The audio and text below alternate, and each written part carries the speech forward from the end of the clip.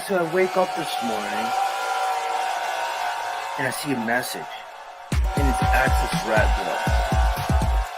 Are you here, Rattblood?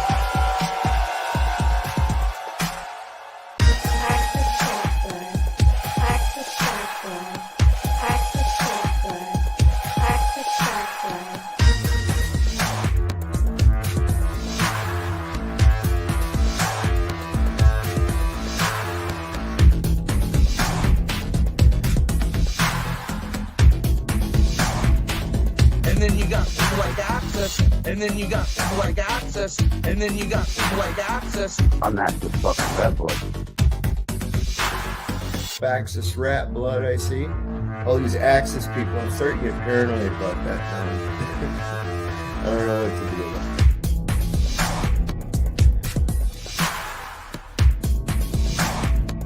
it. And then you got people like Access, and then you got people like Access, and then you got people like Access. Are you here, Rattblood? I'm Access fucking Rattblood. Access Rattblood. Most abundant and successful king hero that we are all sitting at this very moment. Are you willing to accept that as a truth? That you are a worthy man and that your penis is okay? all these Access people, I'm starting to get paranoid about that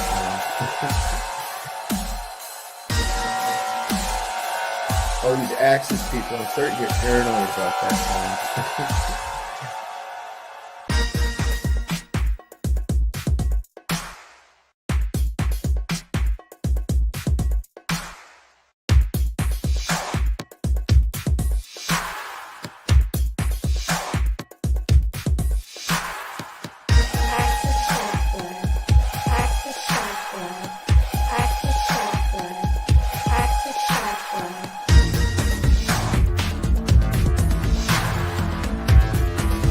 Are you here, Rattblood? I'll just start throwing spells at you, conjuring demons and otherwise.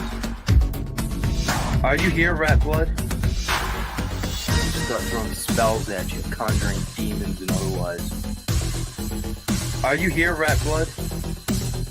I'll just start throwing spells at you, conjuring demons and otherwise. Are you here, Rattblood? Who the fuck is Access Rattblood? I'm Access fucking Rattblood, bitch. All these Access people, I'm starting to get paranoid about that now. I don't know what to do about it. I'm Access fucking Rattblood.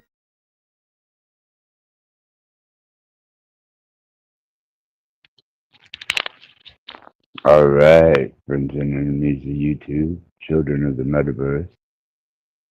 It is I, the Access. And I've come to share a motto and a lifestyle, a philosophy, a life endeavor that most of you probably have not experienced, would not experience, could not perceive, conceive, or subject yourself to because of modern development, conditioning, and social environmental state. But let's roll back the years for just a moment. When the rally cry for those of us who were resistant to conformity and the concept was shouted from every individual who resisted sex, drugs, rock and roll. We were the ones that lived for the endeavor of excess.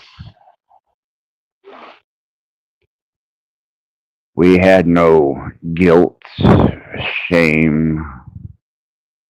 We had no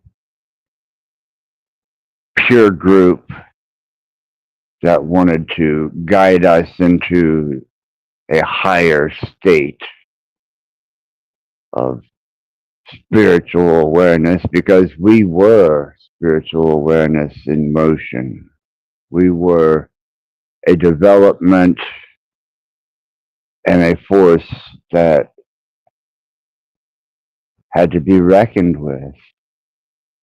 We were the rebellious, we were the free, we were the untamed, and we were the innovators who brought forth concepts of individualized, stylistic understanding and a personal perspective. There was no intensified need for racism. The only division we knew was the man and us against the man. We could recognize each other from a distance, and there was no conflict amongst our gatherings, lest it be one of those nights, which was resolved, and the issue was forgotten by the next day, and we continued on with our endeavor. And as we found ourselves comfortable in this state, we started to notice that the culture around us began to change. And what was once a marketable personification of rebellion was no longer acceptable behavior. There was a point where many of the record companies decided they weren't going to take the ugly Americans to other countries so that we could display our gross overindulgence. Thus sparked several movements to try and clean up the act of us overly stimulated rock and rollers and partiers who were very content and happy in our endeavors. But as the engineering continued on and the times changed and the social atmosphere grew to cater to a more tame and a more controlled artistic expression, we became but an echo in time, a memory of something that most people won't ever experience, didn't live, and wouldn't ever understand the level of freedom we had. And when I say had, I mean as in no longer present. And even the concept of looking at our particular generational influence is kind of taken with a slight humorous point of view by these newer generations that weren't there to experience it. They weren't there to endeavor into it, and they will not ever know the freedom that we had. Even with technology and the internet, when it first came out, it wasn't highly regulated with algorithms and bots. It was a wild west of concepts and ideals, and everyone was able to state their position freely, their concepts, their ideals, their understandings. And a lot of these particular people were developed right after the halting of a rebellious and highly motivated bunch of people that were disenfranchised by a change of social climate and atmosphere, which to my notion is on an ever spiraling descent to what I remember freedom to be: speech, self-expression, even individualized pursuits. Now is given over to a system of accepted illusionary control. And for everyone who traded in their dream to conform to this new sense of control, this new tame and docile environment,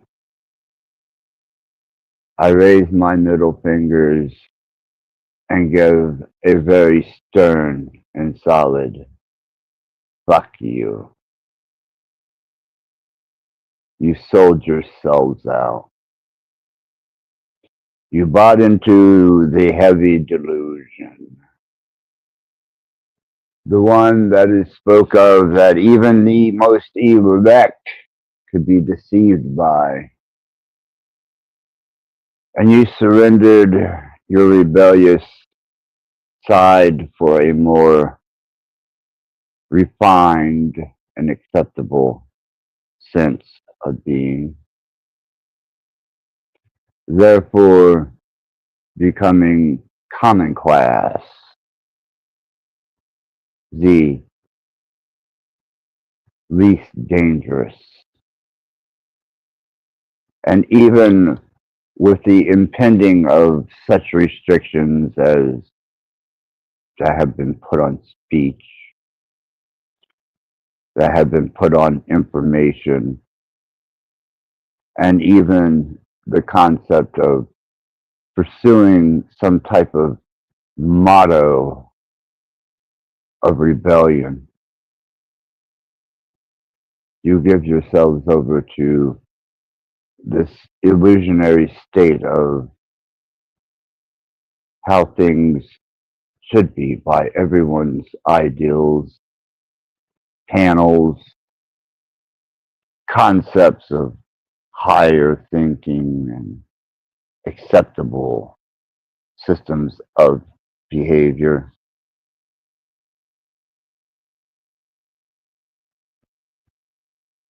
Singularity, always a pleasure. Good to see you. Yes, I'm voicing my discontent for the compliance of those that give in to the illusion and took away the potential of individual freedom to endeavor into possibilities of anthems long gone.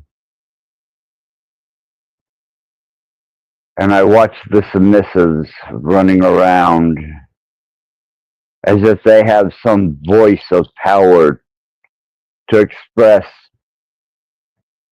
the rebellion is compliance.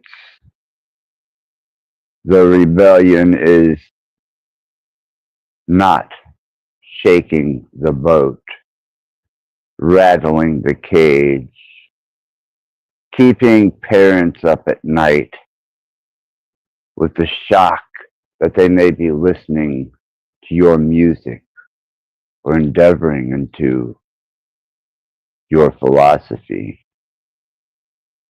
At one time, we depended on that. with such cutting edges as the more calm Dr. Demento, Frank Zappa, to Alice Cooper, to Ozzy Osbourne, and even a modern twist of such things as Marilyn Manson and the shock and awe that that entertainment genre brought. It was innovative. It sparked and fed fire to make you available for a collaborated idealism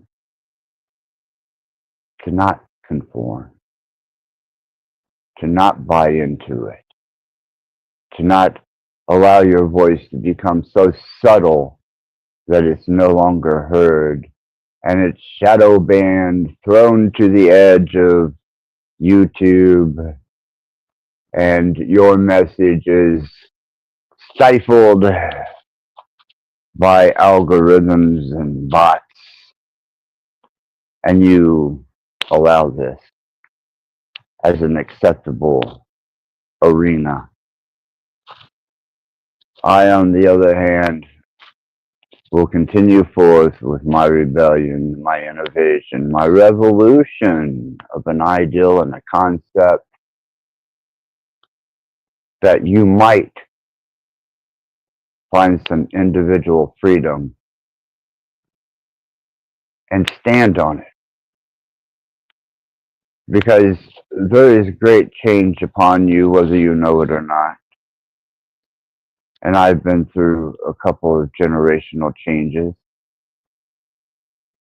And I've yet to see one spark anything that motivated me into that same state of non-compliance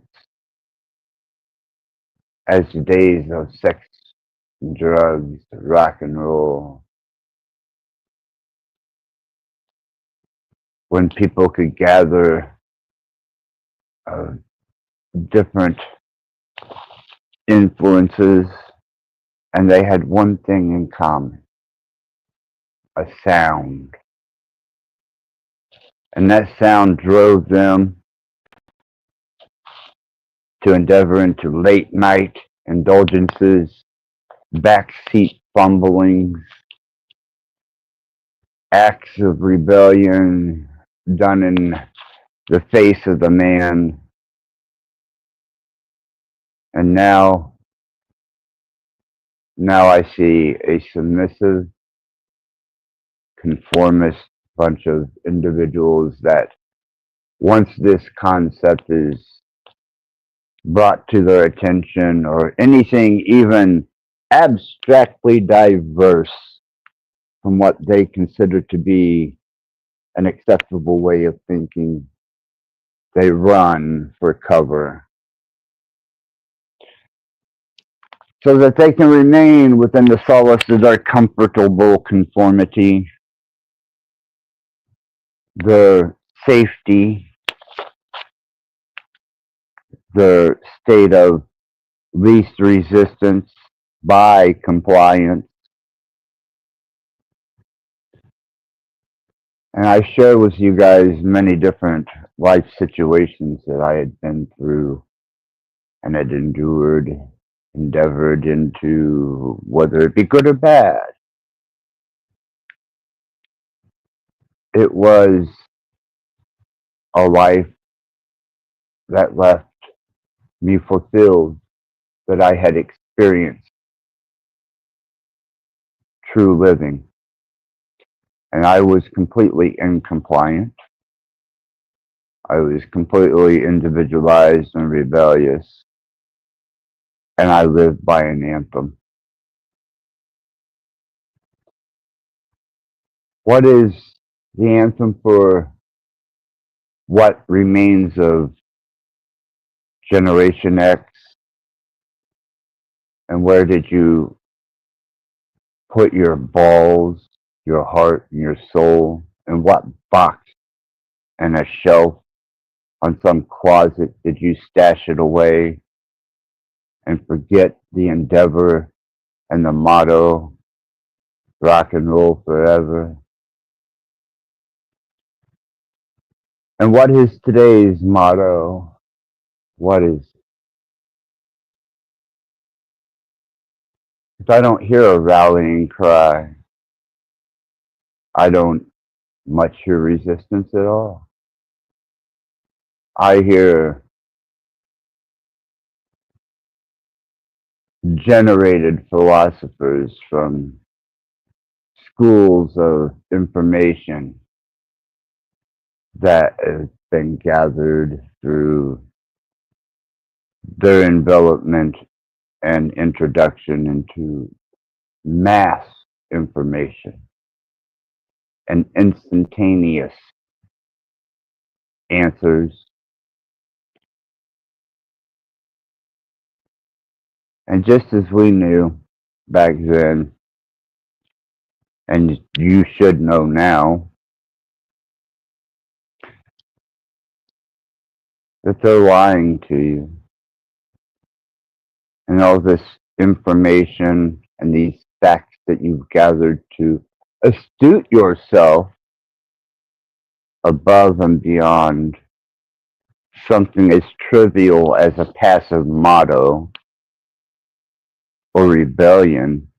You've tried to refine yourselves into a state of intellectual coherency based on information that is available to anybody, everywhere, at any time. And you pride yourself on your ability to absorb this information in a state of control and conformity. But remember, they are the ones that gave you the information. They are the ones that control the information. And by you ingesting this information are nothing more than repeaters, echoers of their narrative. And at any time in the digital realm they choose to change the narrative, they can. For those of you that Google, for those of you that Wikipedia, for those of you who try to solidify some sense of intellect from your extreme exposure to information, all it takes is a rewriting of that information to make you obsolete and to bring another generation into their illusionary state of what they want to give you as information.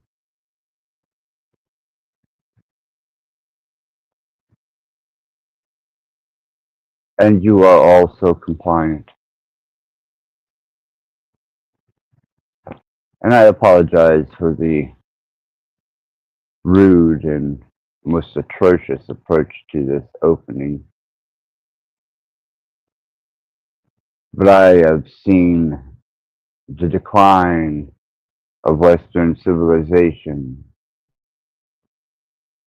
And in that decline, it is backed and founded by a lie, a delusion,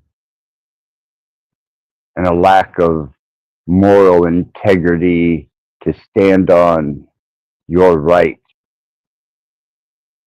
to not comply.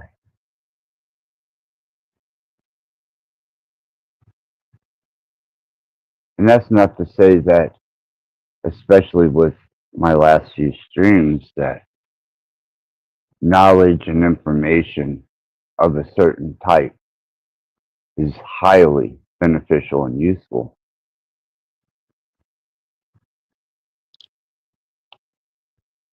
but only if you applicate it. And if I thought that there was a mass movement of application of some type of resistance, revolution, or enduring motto, I probably wouldn't have this particular approach this evening.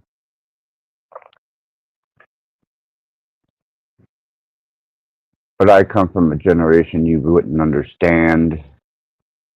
I come from a generation that had different principles and weren't as privy to the convenience of the control grid.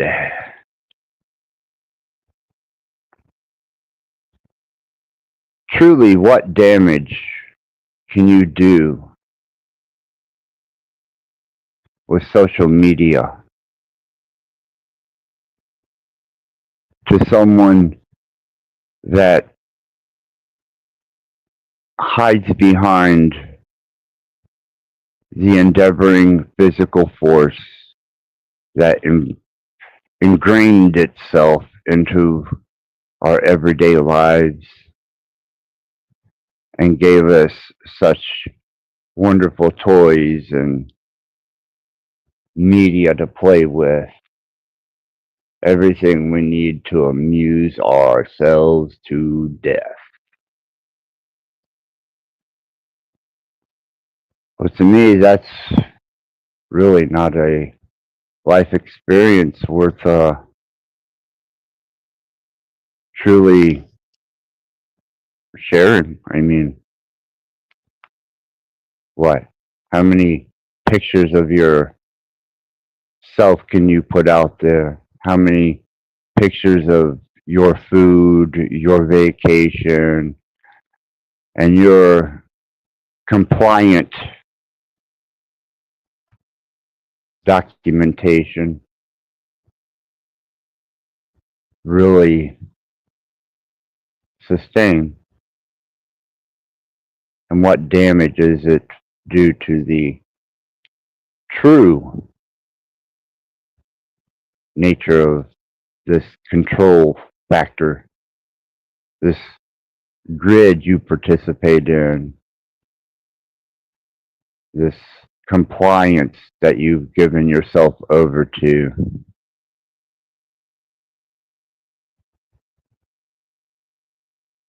And to pry you off of your cell phones, your smartphones, your fascinations, and your belief that what you are studying or endeavoring in is solidified in some type of fact, that they would allow it to be given to the common general public.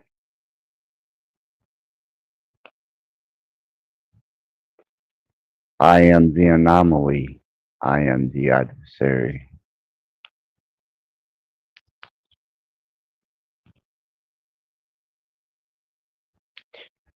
I had observed some resistance against not only my channel, but me personally.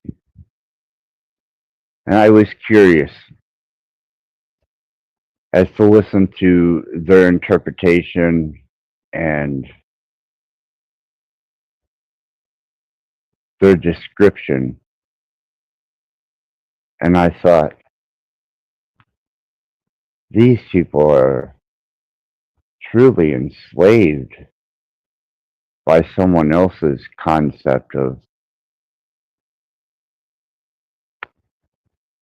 what is actual information, what is actual sharing, and what is revolutionary. You know, one of my favorite quotes from Nietzsche is, "All great things must first wear a terrifying and horrible face." and I understand that. But who dares endeavor with such a thing as to be an innovator into the unaccepted state of rebellion, resistance? No, it could affect your conformity. It could affect your social acceptance. It could actually cause you to be recognized as outside of the norm, the common, the accepted. And by that, you become the conformist. The average, claiming to be above average. Those with revolution on the end of their tongue, and it goes about as far as what the algorithm on your device will allow you to do. And thus, you walk away satisfied with that.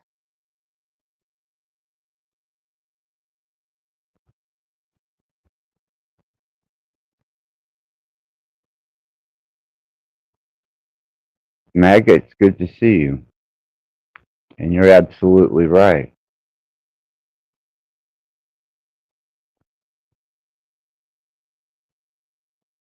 The peculiar part is, we were the last generation that were not infringed upon in our childhood by excessive technology.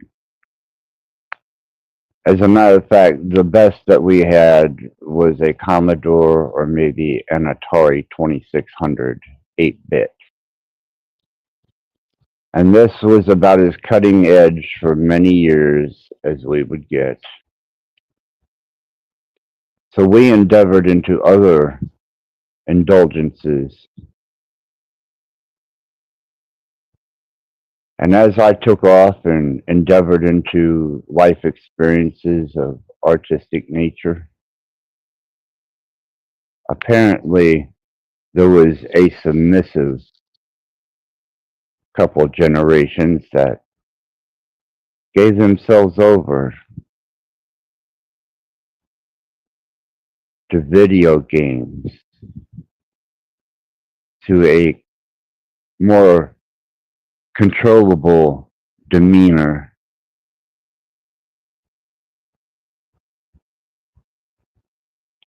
And all that angst and rebellion. What happened to it? And what happened to those that made the conviction in their youth to carry that torch on to the next generation and into death? Doesn't mean that you're not educated, that you're not informed or capable of sharing deep concepts. It just means that you're still alive, that you still have that spark in you. The one that upon your last dying breath allows you to raise that middle finger in resistance and contempt for the man, the system, to show your lack of conformity, that you still have a burning fire inside of you to carry on.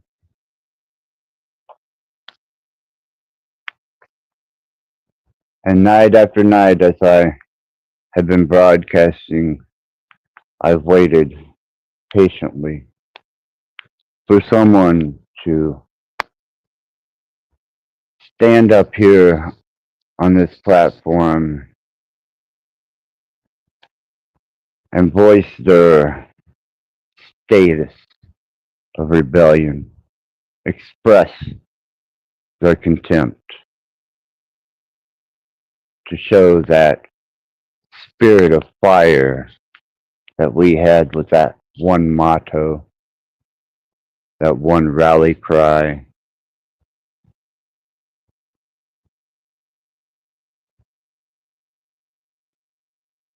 Makes me wonder if I'm just a outdated relic of a freer time and a much more enjoyable place, and that everyone has given themselves over to the conformity of some sense of morality that someone else has set for you.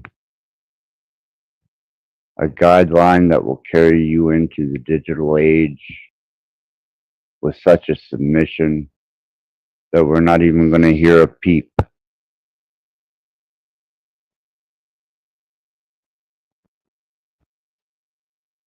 I've watched many channels talk about various detestable things that they feel are being implemented on them, and their concept of waking up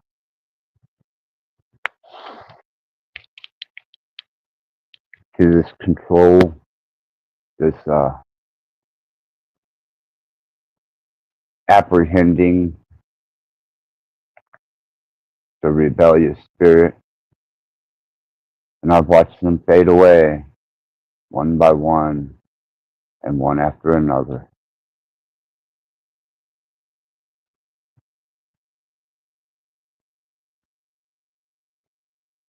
And I really didn't see that they made any effect whatsoever.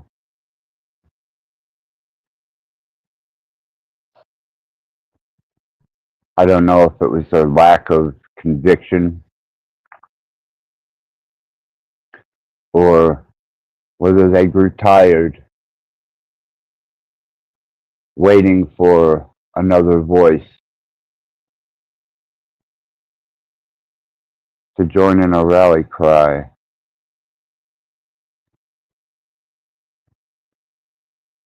But by the time you do, I fear it will be too late for you. You know, I done got my kick before the shit house went up. And the whole time that you could have voiced and planted into the generations that everyone allowed the school and the social engineering to indoctrinate, condition.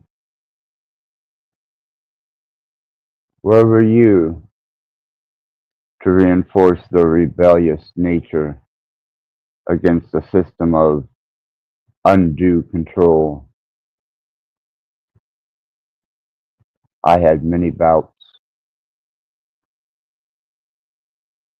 especially when it come to my kids. And by the numbers and the flowing peak and decline, this is a lost concept. This isn't what you come here for. Not that type of realization and awakening. No, you want some spiritual information to help you manipulate reality, to have a voice speak for you in a realm that is least common. I can give you that. I could give you that every night. But it doesn't mean that it holds any ground of significance if I don't see it reciprocated. And if it's not reciprocated, then it might as well be the same endeavor as to try to get blood from a turnip. So let's go into some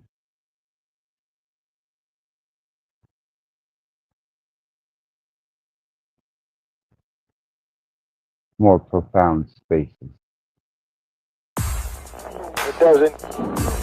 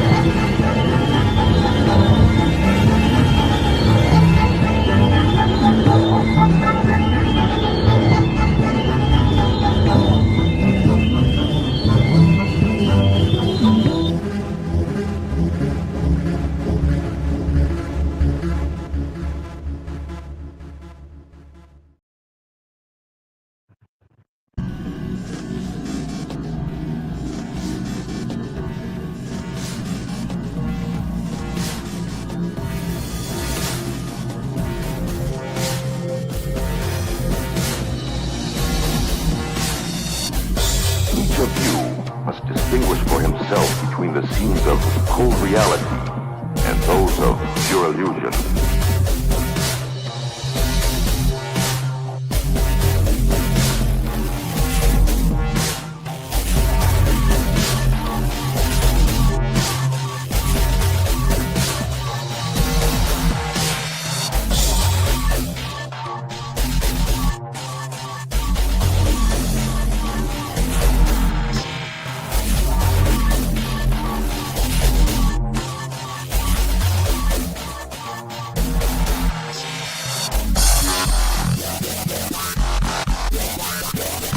Oh, triple knock. Which of you? Welcome, beautiful people of the metaverse.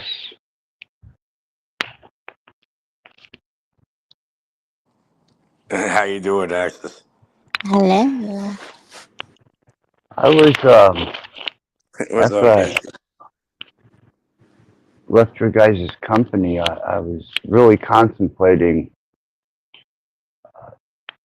the differences that I've endured through the generational changes and where I actually stemmed from. And I was contemplating Cage's indifference with my endeavors. And I think it is more a generational compliance. I come from a particular generation where sex, drugs, and rock and roll, and a particular mantra and image was the key to teenage angst and rebellion. And there was a fire that come with that, you know. You played your music loud, you grew your hair long, you hung out with like-minded rebellious drinkers and partiers, and you know the fumblings and back seats with girls, and the endeavor to ever impress, and extreme types of annoyances to keep parents awake at night.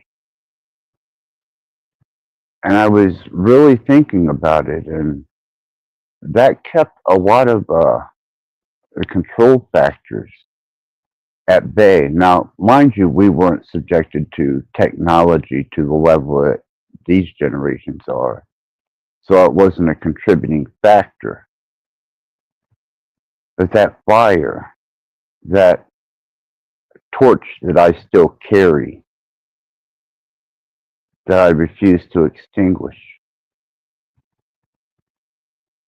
I think that's where the loss of communication comes in.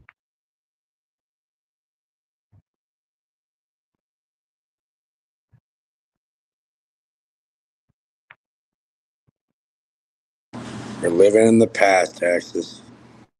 No, I'm reminiscing about the past. I'm not living in the past. I still carry that torch forward. Or otherwise you wouldn't have present day Rattblood, who's marketing in digital drugs and necrosynthetic. You're still out here, huh? Oh, well, yeah, well, you know, I still hold a revolutionary mind and thought, you know, rattle people at the core. If they want to imply systems of control, well, I represent the reason why they probably put that system in place. And I'm not going to change my perspective for any type of social compliance or acceptance. I'm not going to bend my forehead to their will or anyone else's. And that was the generation that I grew up with, you know? That's the generation that inspired me. And I can at least say that I was fortunate enough to stay true to that to this very day, against all adversity. And I look at all the friends that did survive that particular. Don't fucking waffle me here, asses. Don't what? Waffle me. I'm not waffling you. I'm just trying to give you a perspective of where I come from, Cage. What inspired me? Now, I don't know about Canada. I mean, you guys may have been rebellious with Brian Adams or something.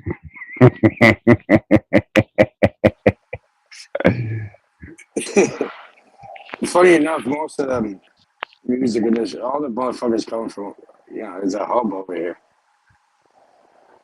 You'd be surprised. Yeah. Actor, Well, musician. you know, whenever you've reached the absolute and shock is whenever you see the Scandinavian death metal scene and how devoted and convicted these individuals are to it. And their attire, their extreme makeup, and shock value that they're convicted by, and the music, they took it to a massive, massive extreme that I can appreciate instead of letting it dwindle and die.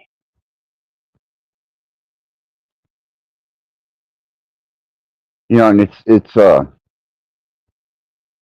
kind of disheartening to see a lot of the artists that were extremely defining of rebellion start to conform, get old, lose their fire, they become non-effective in promoting that teenage angst and rebellion.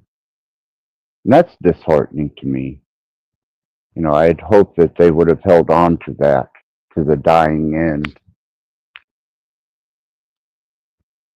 But it just seems to be that fire is being extinguished for something a lot more accessible, calm, and controllable. And I'm not. Yeah, I don't know how old you are. I don't know if you're in the baby boomer category or what, but I'm Gen X. Gen X, yeah. So I mean, it's like you're in between like baby boomers and Gen Z, right? Or Gen Y. So it's you know your transition time period. You've seen how your parents and your grandparents worked and their work ethic. Whereas you see the generations today, your parents and your parents' parents probably worked at the same place for, 30, 40 years. Whereas, today, people switch job to job, every other year just to have that diversity.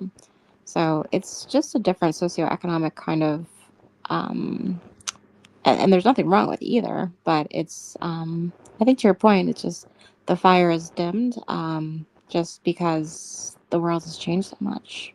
Doesn't mean you need to change. It just you stay true to you. Um, I just think it's just the world is changing. It has changed. And yeah, I agree with you totally on that. The ethics that my grandparents had, and even my grandparents' kids, my aunts and uncles, they had powerful work ethics and they had much integrity, but they were also, you know, um, I guess, kind of formidable in their position, even though I didn't agree with their position. There was that side of the family that were the long haired, drink, pot smoking, ZZ Top. partiers, Yeah. more bikers. Mm. But they didn't have anything to do with the core family that was Southern Baptist and highly religious. Mm.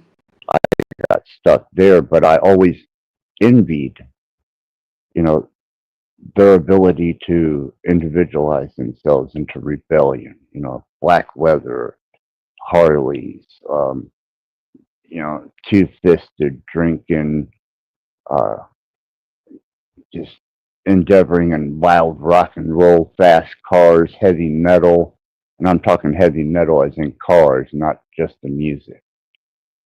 You know, and that was uh that was highly acceptable. It wasn't anything that was looked down on. It was just they were doing their thing, man, but they were self-supportive of that. You know, they worked and partied and engaged into whatever it was they endeavored in, but you know, they weren't definitely not living in mama's basement, Yeah. and they definitely weren't bent over a computer or carrying around a cell phone. Right. And it's the rebellions that, make the history. It's like, everybody's listening to Frank Sinatra in the 40s, and then, the Beatles came along and everybody, went Beatlemania, and then, or even before that, Elvis Presley, oh my God, he moved his hips, and then, the Beatles came, and then, just the music, just like, um, what's his name? Michael Jackson, and, um, just even like what is it called, Woodstock. It's like it's the rebellions that shake things up, and the grass isn't always greener. Sorry, Cage. No weed pun intended. But it's the rebellions, and you see the ones on the motorcycle with their hair slicked back, and those are the bad boys. But I don't know. There's the disruptors that kind of make the history, and that's kind of like where protests come in, and that's how change happens. So I don't know. Maybe we need a little more rebellion. Everybody's a little too soft lately. Well, Too I heard compliant. Access already say like, oh, they're definitely not in their mama's basement or whatever. First of all, back then you guys had the luxury of buying homes for pretty easy. The average home here is like over 1.3 million nowadays, and it's pretty much impossible for unless you play outside of the fucking cage, you're not gonna get anything like that, guaranteed. Pretty much, unless it's very rare. Besides that, like over here to qualify for a mortgage, you're gonna make like over like 250 on paper. Besides that, you guys had that shit easy. You have the luxury of living in your mother's basement. Are you fucking kidding me? Over here, you gotta fucking go buy your mother a fucking basement. Go buy her a fucking. You know what I mean? No, no, The we had fucking fuck. cellar dwellers, but they were usually distributing the best drugs. You know what I mean? They had chem labs and hookups, and they were usually stoned in their man cave in the basement, and you know that Bro, was. that's what you have that luxury, bro. Your mom has a basement. What the fuck?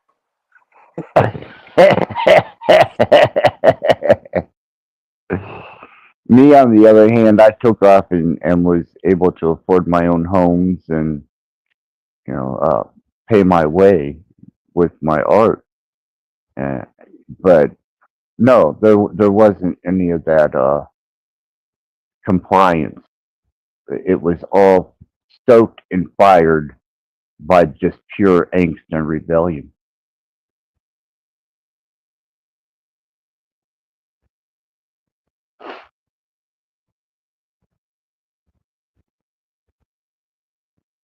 I think there's just so much uncertainty right now, like especially right now with just what's going on in the world and the governments. Like it, people are afraid to take risks. They're worried about themselves, whereas it's those risk takers, those one percenters, people like you that go out and people like Cage, that start your own businesses and go out into the entertainment world and take that risk. That's truly where the reward is. Just think people are just too scared right now to do that, just because of the uncertainty. Well, when it comes to the entertainment world, guaranteed to get to the higher echelons and that you have to get initiated and go through certain things. Guaranteed. I don't think Access was suitable for that. That's why he wasn't selected or went through it. Well, I had a handler. I had A&R. I had, Yeah, you had a fucking handler, but I'm saying they put you on a certain level. You know Oh, what I I mean? wasn't on a mass influence level because our band represented sex, drugs, and Satan. Yeah, and who the Alright. That's egoism. They're giving you like a lower level version of what the fuck their true tenets are in order to control individuals. And I mean, they're gonna give you like a basic version of it. It's not the real thing. It's watered down, but it still serves the same purpose. Yeah, a bunch of degeneracy. Oh, yeah, I guess if you would point your finger and say degenerates, we promoted that degenerate type of lifestyle, anti-Christianity, daisy chain for Satan, sex on wheels, But you know, the devil does drugs. Satanists. You know, the funny thing is though, Satanists and even Christian, they're both they're inadvertently promoting each other in a way. Well, You it's know? just a marketing concept that was Uncle Al had put the marketing concept to Thrill Kill Cult before I was even thought of as an artist in that arena. That was already pre-developed. I had nothing to do with the What development kind of of it. weird initiations do they put you through, Asses? They didn't have to put me through an initiation. You put it through yourself. You fuck, hey, this guy's fucking sick. You do it to yourself, huh? Yeah, I was invited. Look, your fucking numbers up now. They want to hear this shit. There you go. It was Bill Behringer, Spotlight Productions. It was Mark Whirler with Sparks, Wax Tracks Records, and just basically my endeavors that brought the attention and got me the position. And I didn't have to do anything, that I wouldn't have normally done to get any type of recognition or to get in that circle. I was just doing what I always do. Now, when I was in Mystic Witness, which was the heavy metal hair band, prior to my indulgences in the Rust Belt, now that was a little bizarre and unusual. There were a couple, like Terry Bach. He was a executive producer that I left his office, went home, and took a shower. Just because he was that cringy, that sleazy. But I never signed with him and never worked with him. Look at our found access. Look, good thing. Like I thought I was out of them. Oh, look at our found access. I found zip ties. Yeah, those are useful. Yeah, especially when, unfortunately, one of my ballots needs to get re-zip tied over here.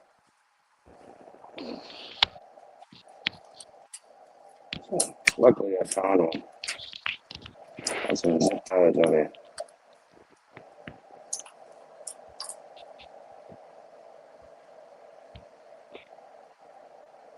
I have to combine them.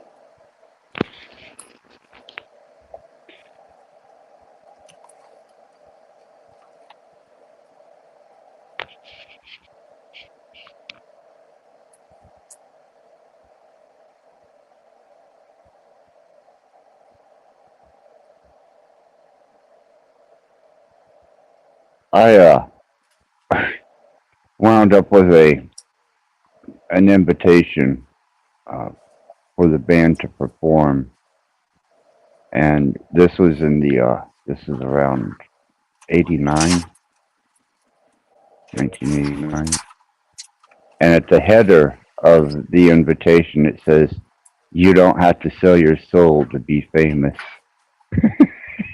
I always thought that was a cute header for that invitation. We played. We Over wound here, up going and you know what playing. they call it over. You know what they call it over here. Actually, it's kind of funny. They'll put you. They'll make you fucking famous. They'll put you on the news. You know what I mean? That shit. I haven't I'll be famous. Huh? I've been seeing a lot of shorts lately where it's just the opposite. It's like to get you know in the top 1% to be a headliner or super famous. You do have to sell your soul to the industry and whoever. It's I don't know. I've been seeing a lot of that lately. Uncanny wrapping up. No, you're absolutely right. Um, if you're going to be a international influence in music, and you're going to be represented by a major label, and they're going to promote you into that status, then they own you as a product. Yeah. Now, whether that's selling your soul to Satan or just signing yourself over to the record company as a product, mind, soul, and body, it is what it is.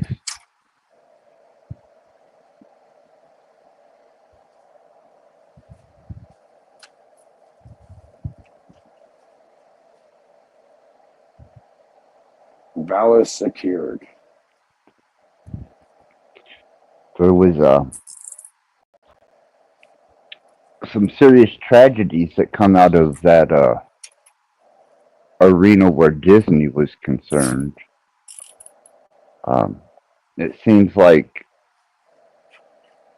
all of the Disney sponsored musicians seem to break down psychologically very quickly, which makes me wondering what the fuck It's they're the doing. Monarch. They're The doing. Monarch program.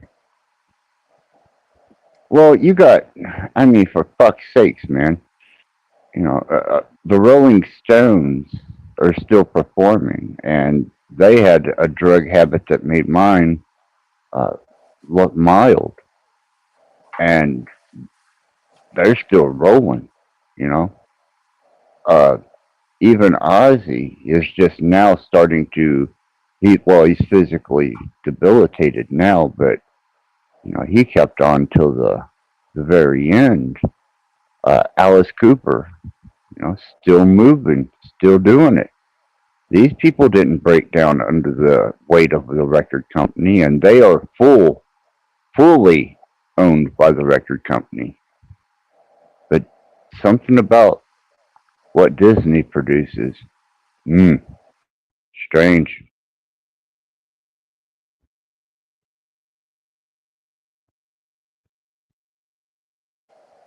Club of 33 in Disney. One time I've heard I was with people. rumors. I was, yeah. Well, it's real. And one time, they actually transferred us to their fucking headquarters.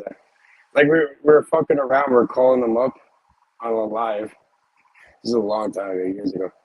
And I'm like, I was talking to them like, hey, I'm in Club 33. I lost my ID. I'm at the service counter. Can you get somebody over here? Like, oh, sir, yes, please. We'll transfer you over. And we got pretty deep into it, but they realized after. Like, they asked me like a question I should have known, and didn't have the right response, and they knew I wasn't a part of it. Hmm. Interesting. Well, gentlemen, I'm going to say goodnight. I have to get up early tomorrow for work, but I did want to say hi. I like your icon, Casey, and thank you. Thank you very Well, much for showing yeah, up. of course, my pleasure. So have a good And night. take care, Good night. kids. See ya.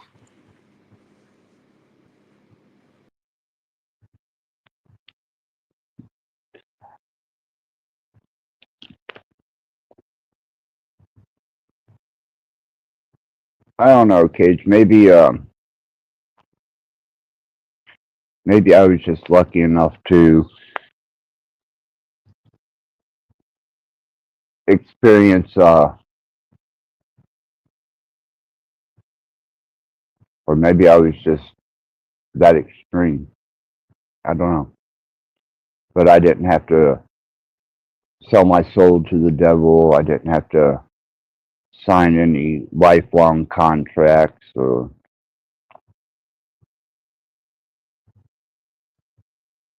that wasn't a part of the agenda.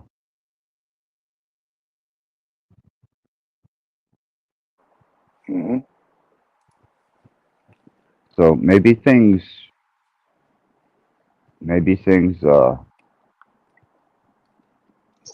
changed or became more More extreme. exposed. Yeah. I mean, there was certain things that were kind of, you know, personal etiquette behind the scenes, and different ways you conduct yourself in certain arenas. But I just kind of figured that to be the privileged uh, artist, and having access to clubs and VIP sections, or being able to have certain personalities in your club or around your club, or even to meet or be around these people. There was a certain silence, and most of it was around drug use.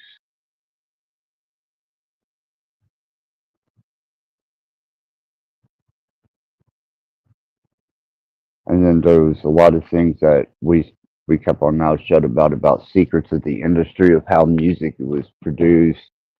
Um, you know, who was actually creating the image for the band, how it was developed, and then being removed from all your familiar ties. That is definitely a procedure that happens when you start getting notoriety. They don't want you to associate with your past at all, so they can build an image around you that seems to have come from nowhere.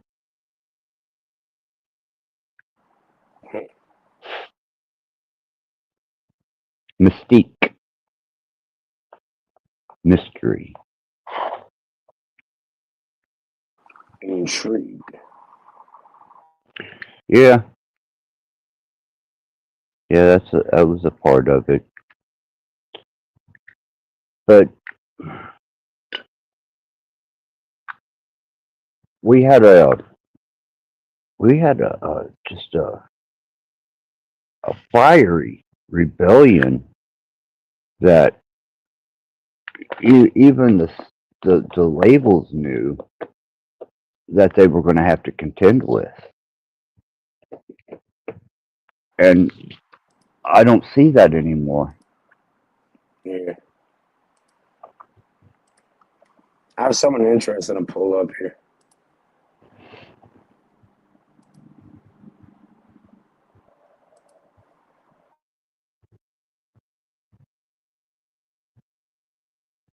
It's called A Warning to All Music Artists. But it has to do with the esoteric side of it.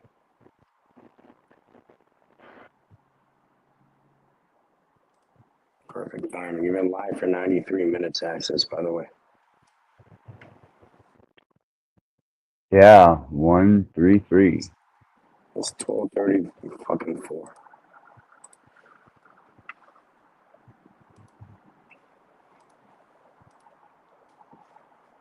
Let's see what you got here. All right, you can leave that. You can fuck that one off, the one that doesn't have the writing on it. I'm gonna pull up the screen share.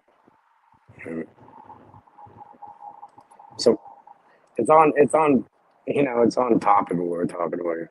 Yeah, like now you're gonna see the screen share in the back there as is. You can let that one up.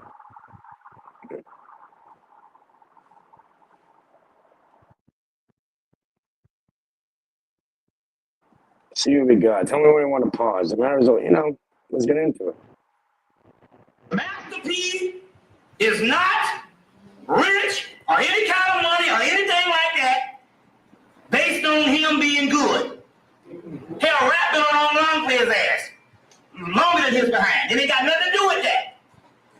It's a global conspiracy to even weed out all experimental. I'm not even talking about the conscious bubble like X-Clan,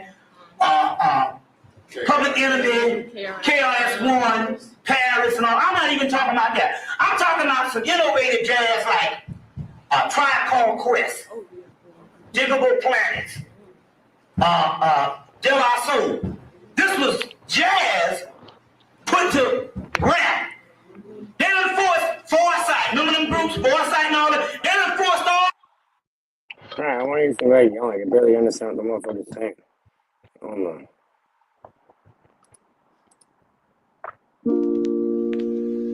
We can turn anyone into a star. Not gonna get into it. What is going off about how it's controlled? Talent or no talent? Yeah. The record label is the bank. Retards like this fucking. Fame, clout, not cash. Attention. You're our property.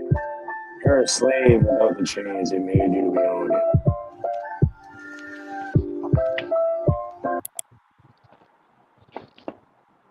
You can have all the talent in the motherfucking world without that motherfucking machine of finance, marketing, and distribution. We'll never know about it. That's true. And that's just real. That is very, very true.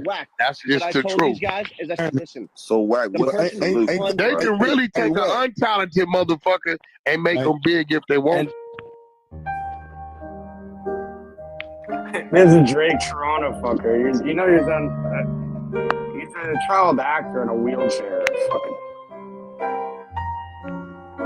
It's because he's half Jewish. You're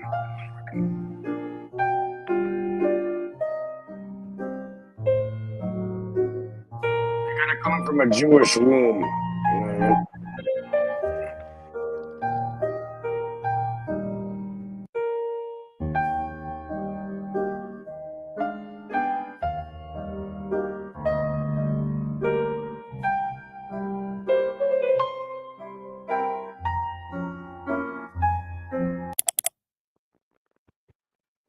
Rich baby daddy is like Drake has a rich baby daddy named Lucian and Universal. Wow. He's like, like, man, my daddy got it. You know what I'm saying? It's like, my daddy controlled the spins. My daddy got the DSPs. My daddy, Drake has a rich baby daddy named Lucian. So all of his streams in the number ones is controlled by someone named Lucian. Well, Lucian worked for people who control the banks in Africa.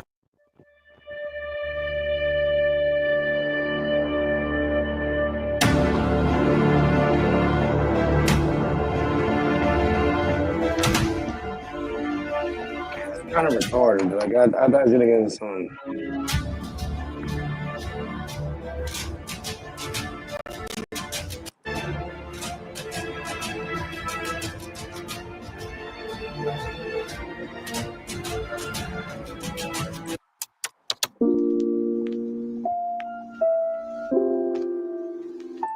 Owls are sacred in India. A massive amount of owls are sacrificed each year in Diwali.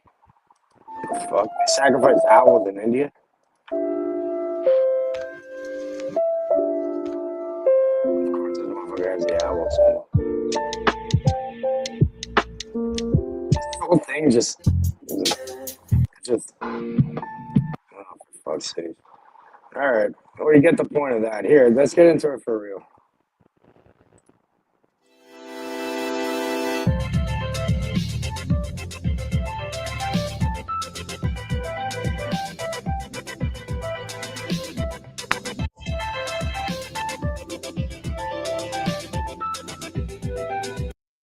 This I think you'd be really interested in access. It's called the esoteric metaphysics of music. Yeah, and it's utilized in the music industry heavily. I mean, Look, you he's know, throwing up the fucking rock and roll shit right here. The Buddha. Almost there.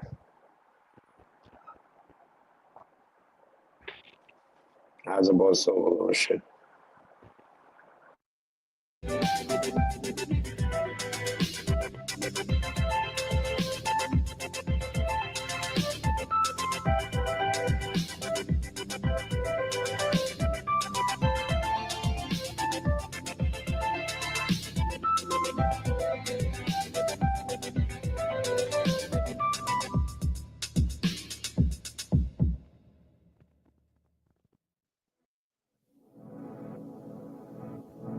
Reality is comprised of self-generative organismic systems, living complexes which achieve unity through the hierarchical organization of a diversity of more elementary constituents.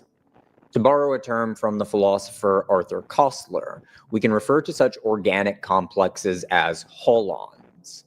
This is a term which we could use to refer to biological organisms, molecular crystals, star systems, civilizations, or even ideologies or religious doctrines.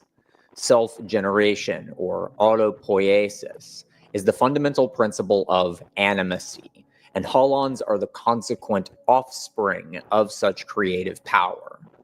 Here I want us to begin looking at the basic. Didn't you say the other day, like, kids, I'm an animist or something? Who said that? Wasn't that you?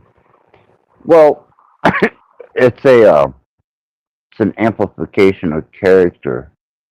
You know, I come across with absolute seriousness about experiences, but I still hold a bit of theatrics to it.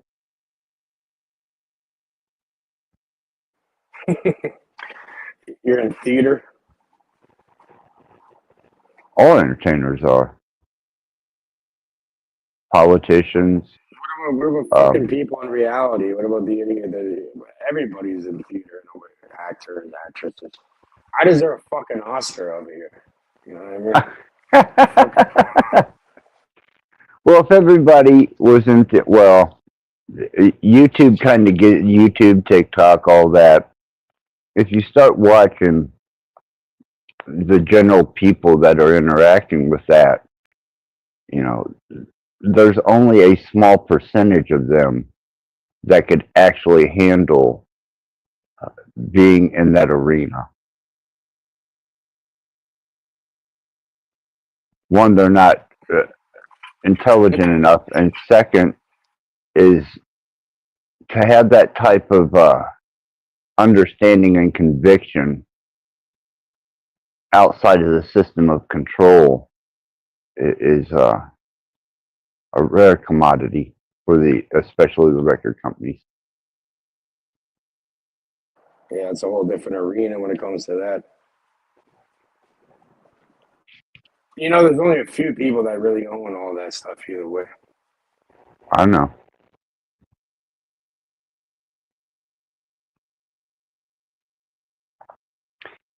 So I don't know if you know it or not, but the developer and designer of most of Wax Trax's artists was Al Jorgensen.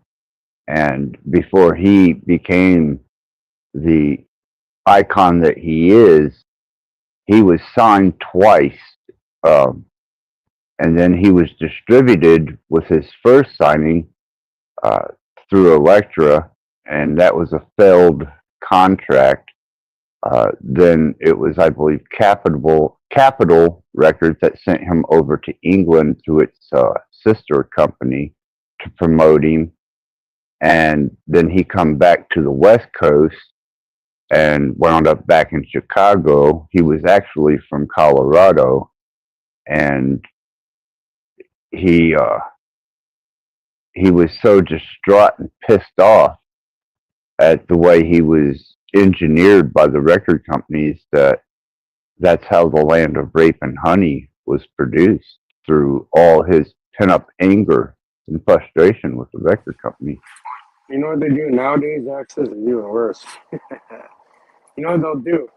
You know, because it's like drill, rap, kind of, you know, it's like a different genre now. The most popular stuff isn't rock and roll anymore, right? So it's Right. like, so what they do here is they take out these record companies. What they do is they have a clause in there, like if they pass away, whatever. So they take out massive fucking, you know, life insurance policies on these artists. And, you know, they whack them after. They make money like that. Well, I had to have insurance on me whenever I was in the industry as an entertainer. That was Yeah, mandatory. but nowadays, like all the popular music is just based off like killing each other. So what they do is they obviously they're talking about that. They get them to talk about that, and then they say the perfect alibi is like, you know, they can just hire some people for like a little amount of money to go kill them, and they make millions of dollars, and then take all their rights and music and shit. And then you know how if someone dies, they blow up after in a way, and more people end up listening to them. So they end Well, up just it's a better recovery than bankruptcy. yeah, you put life insurance on them, get them hit, and then just make money off them.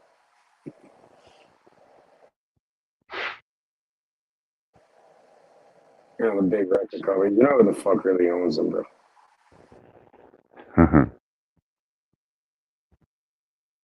Yeah, I know who's directly involved with the major labels as a whole.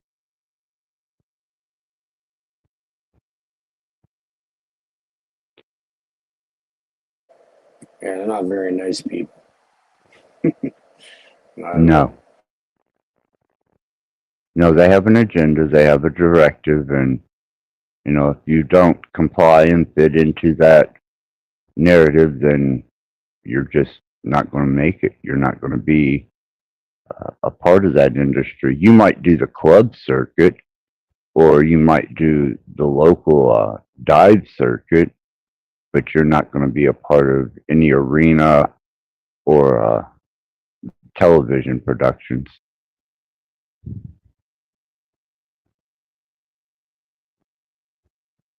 So I don't know if you know this or not, Cage, but Thrill Kill Cult not only appeared in The Crow, but did a couple songs on the soundtrack. Yeah, we went through that. I remember that. And yeah, for some reason they didn't fucking mention. They didn't credit Access, which kind of pissed me off a little bit. I wasn't with them At that time, yeah. But either way, they don't credit you at all on their Wikipedia. You know, we No. went through that and looked at it. No. But yeah, I remember. Yeah, they had in The Crow. That was Bruce Lee's son. He got shot with a bullet that shouldn't have been there. Yeah, I remember that. Brandon Lee. Yeah, there's several people that were hired guns on the road, and they were touring artists, and they never really get credit. Even the studio artists that step in for production process, they don't get credited. Yeah, I got friends that are real big in the music industry, man. Like my friend Jordan. So you know exactly what I'm talking about. Yeah, I mean, a lot of the stuff that's developed in the studio is not actually the artist. It is studio artists, perfectionist artists that go into the studio. Like ghostwriters or whatever. Yeah. And touring musicians, when you go on a tour, you know, you're just a hired gun. That's all that you are. You know, though you're with the band, you get all the perks and the preps, the fringe benefits, but you're still a hired gun.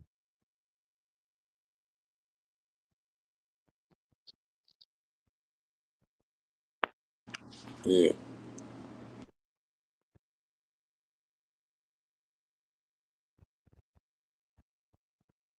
You know, there was a my buddy band called. Jordan, he has a band called Grandson, and they're big. You know, like if you go on their YouTube, they get like 200 million views, like a bunch, like all over, like hundreds of millions of views. there was a couple bands that come out of Ear Ecstasy in Louisville. Um, one of them was King Horse, and I happened to be there the day that King Horse got signed, and the guitarist that they had just fired got the phone call at Ear Ecstasy that the band just got signed, and he absolutely destroyed that fucking place, going ape shit because he had just got fired from them. And then Days of the New was another band that was come out of Wax, or not Wax Tracks, but Ear Ecstasy out of Louisville. And they did an in-house before they were taken by the label. Yeah. Yeah, I've seen a lot of disappointment, a lot of ambition signed, and King Horse only did one album, and they were released by the label after one album because they couldn't sustain a core audience. Um, Days of the New did 2 hits and disappeared into obscurity. But these were people that were, in the local scene that you met every day. Uh, you went to their garage performances. You bought their little demos that they put together, and they were just local musicians. And then the next thing you know, they're gone. Yeah. And then eventually there has been.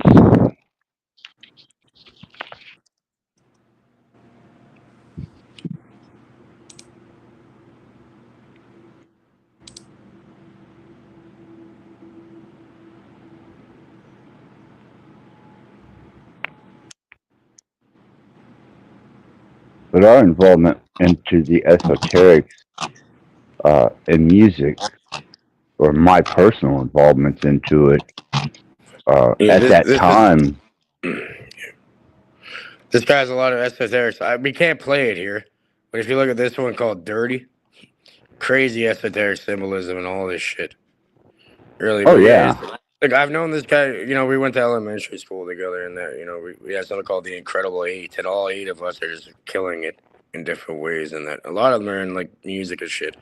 If you look here, like 238 million views, 25 million, 20 million, 15 million, 12 million, 12 million, 11 million, 11 million, 10 million, 9.4 million, 9.4, 6.9.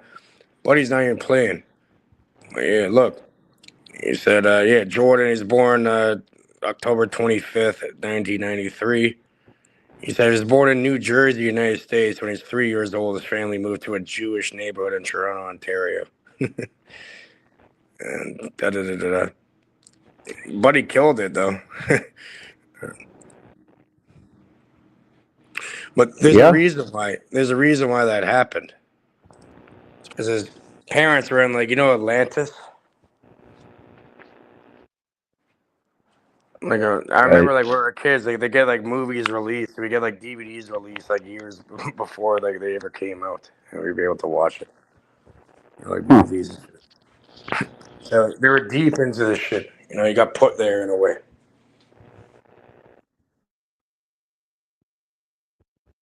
Interesting. Atlantis Alliance or whatever it's called. Are you talking Atlantic Records, or is this some subsidiary group that supports each other in artistic endeavors to create musicians? Could have been something like that. Okay.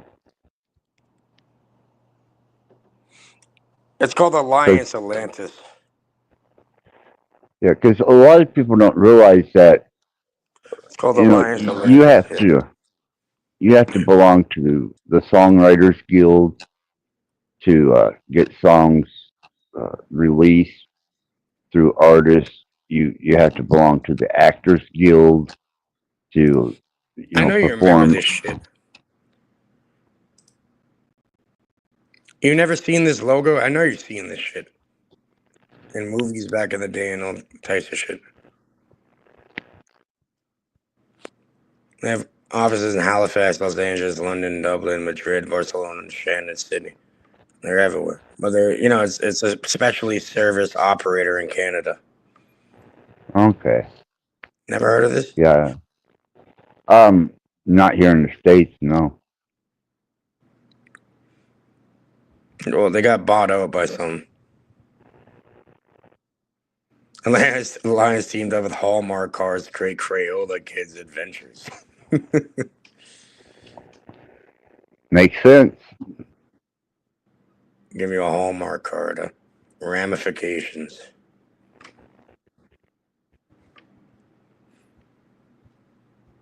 Assets, like look how much they own. Showcase, you ever heard of Showcase? National Geographic, IFC, History, Food Network, Discovery, BBC, and bunch of shit. But yeah, obviously Buddy had links into that. That's why he's there. Right. He was brought in by association. And I can't really throw a fit about that because it was by association of my endeavors that got me where I was. It was recognition You know, through. I was told from a young age, Axis. What's that? It's not about who you know; it's about who knows you.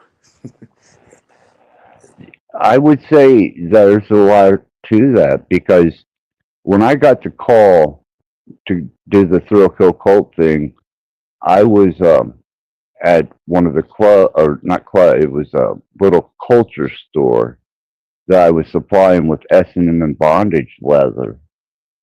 And Behringer called from Louisville and tracked me down to that store somehow and told me that I had a position if I wanted it. And they were dependent on me. I was like, wow.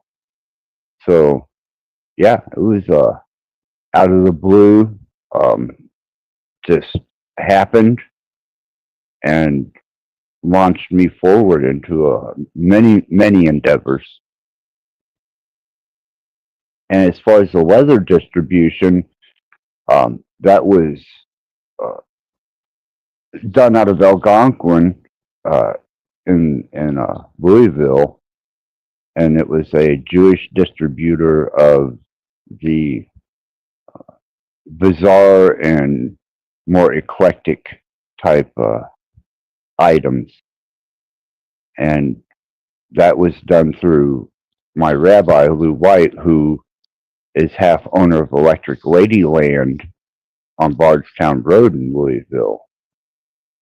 And I was distributing stuff through him, and then he hooked me up with B&G Wholesalers, which was fully Jewish run. So there was a lot of Jewish influence in there, but in the end, it was Bill Behringer who made that call to get me that recognition.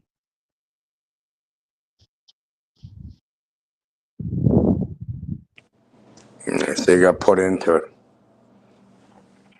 Yeah, it was. My antics exceeded me. Believe me.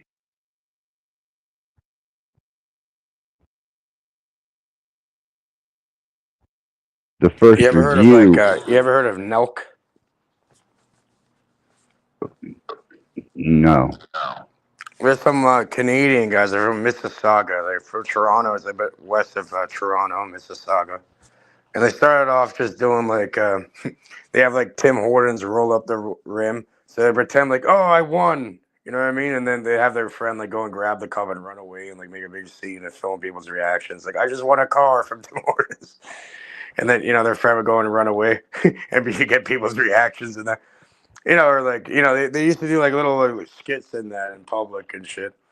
And somehow they built that into a massive fucking thing online to the point where, they have their They're making billions. I think their shit's worth now. You know, they made like alcohol companies and all that. Just off of that in Toronto, and you know, I seen like this one thing where they're, how'd you guys get started? And downtown in Toronto, you know, MTV. Back then, you know, there's an MTV thing and a Masonic lodge on top of it. So you got like MTV and like literally a Masonic lodge directly on top of it on purpose. MTV, and Right. how they got plugged in was they just like stood outside downtown or whatever and just handed a motherfucker like a USB or whatever, a tape, you know, with like the files on it to watch. And the guy got back to me like you know, someone walking out in the Masonic lodge. They said like if we went outside the Masonic lodge by MTV and just handed somebody something, got him plugged in. Yeah. And now these guys are just fucking crushing it, crazy. There's some of the they're probably doing like, when it comes to YouTube on the internet, they're probably crushing it more than like 99% of people. Yeah, and there's a resurgence of some of the bands, like I said, you know, Throat Cult, they did that small tour last year, and then they did so well on that small tour that they got signed and booked for a national tour under a new label. And I was like, fuck, man. Damn. So you just never know, man.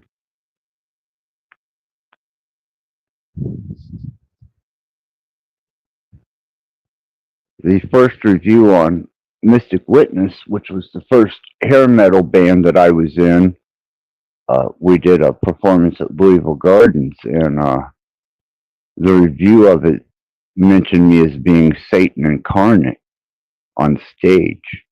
And man, that got attention all over the fucking place.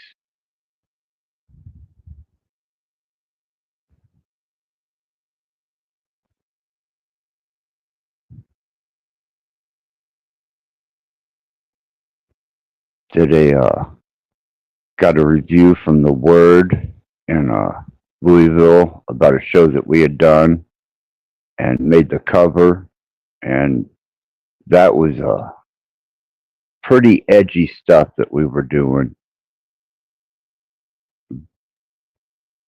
Got a lot of attention from that, you know, promotion, publicity, recognition through Annex, being available, appearing, taking advantage of every performance opportunity you can get, staying true to your art, your state, and your form. You know,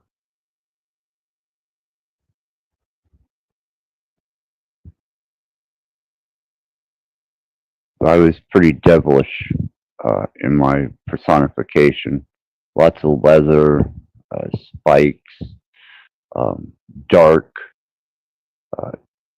satanic overtones, highly sexual overtones. Hey, Cypher. It's good to see you. Why though, Axis? It was complete rebellion against my Southern Baptist indoctrination. So all stems back from that child indoctrination. Yeah. Yeah, my hatred for Christianity and what it stood for.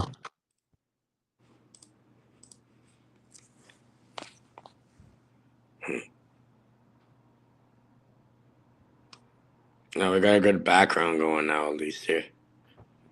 Yeah, if it wasn't for their insatiable need to indoctrinate me and my resistance of it, I wouldn't have ever had a career in entertainment. And I damn sure wouldn't have been the person that I am now.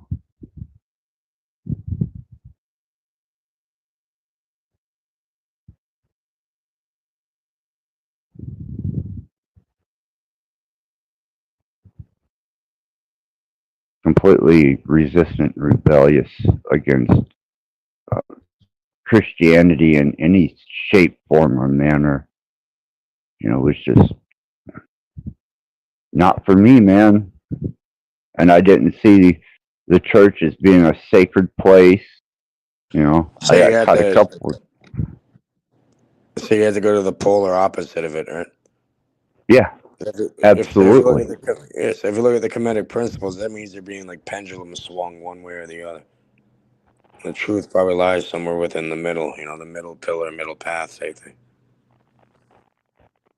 Well, that's why I went into studying all the religions and uh, infiltrating them and learning of them.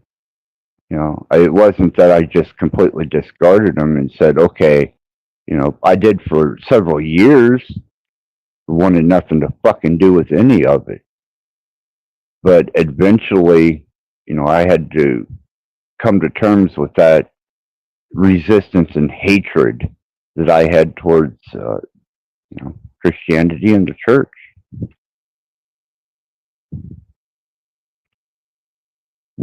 I fuck, man, I'd get up in the middle of, towards the end, I'd get up in the middle of church and go to the bathroom in the church and smoke a cigarette. It's nothing for me. And sitting there with a pencil and sketch How old are pad, you? How old are you back then? uh, 15, around 15, 16 years old. And I'd sit in church with a sketch pad, drawing horrific images. I didn't give a fuck what they had to say. They had done shown me their extreme hypocrisy and their extreme insistency on control and domination. So I was like, nope, fuck you.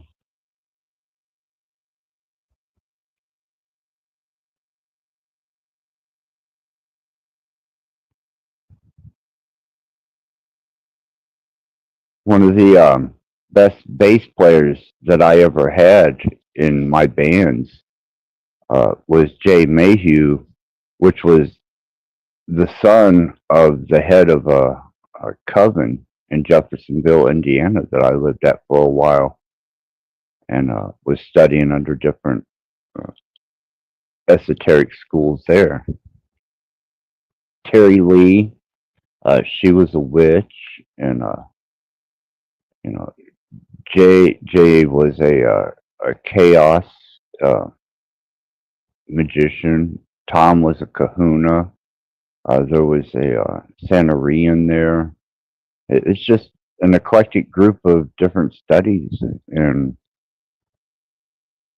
Jay wound up learning how to play bass. Man, he joined the band, and shit, you know.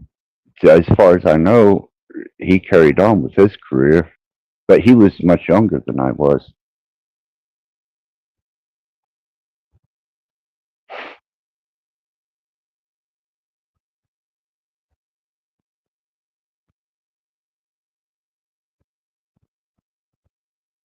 There was always an air of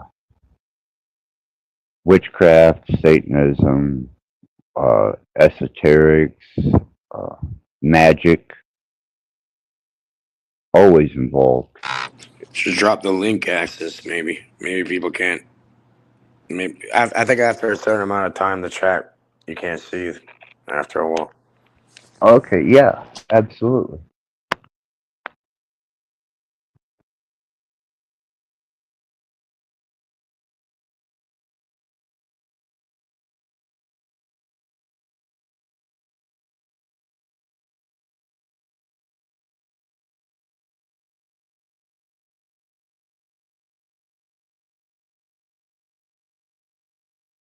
Morphological dynamics of such animacy.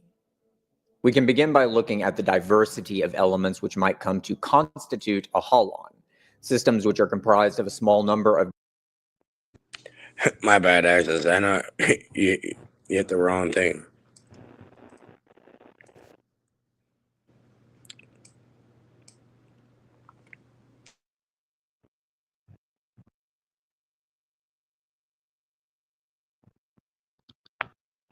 Cool. It's a proper reflection on the water.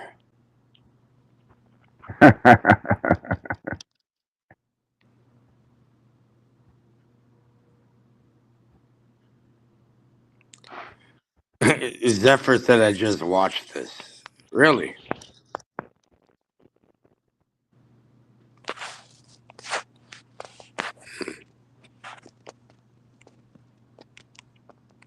Is this one of your AI interpretations? No, this is the one I was playing. Is called Esoteric Metaphysics of Music by Formscapes, a channel called Okay. Formscapes. Yeah. It's not AI.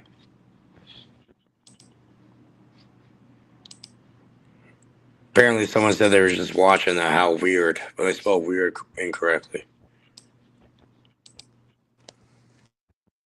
Gotcha.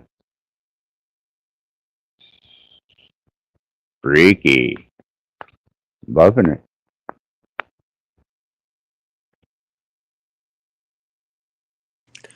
It's not eternalized, Zephyr. It's someone else, like I said.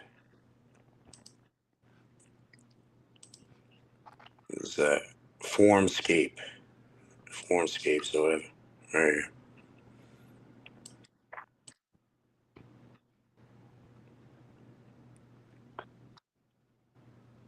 I'm curious, Cave, what took you into the arena of hermetic teachings and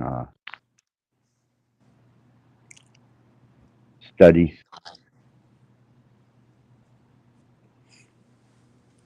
Just, good question.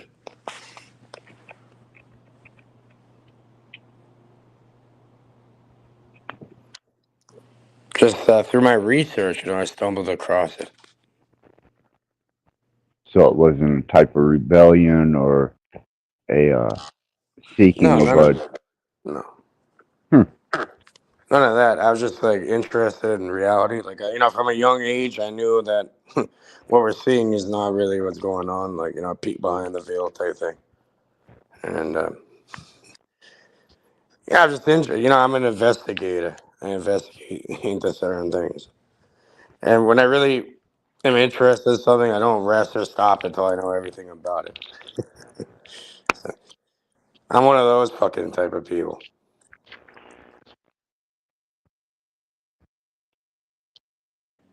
If I'm really interested in it, I don't rest at. I'm gonna fucking figure it out.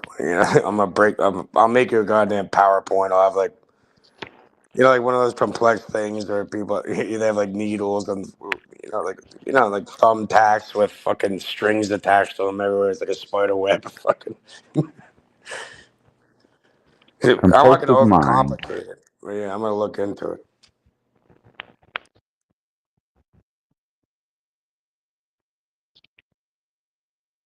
Very compulsive mind. No, not at all. Really calculated.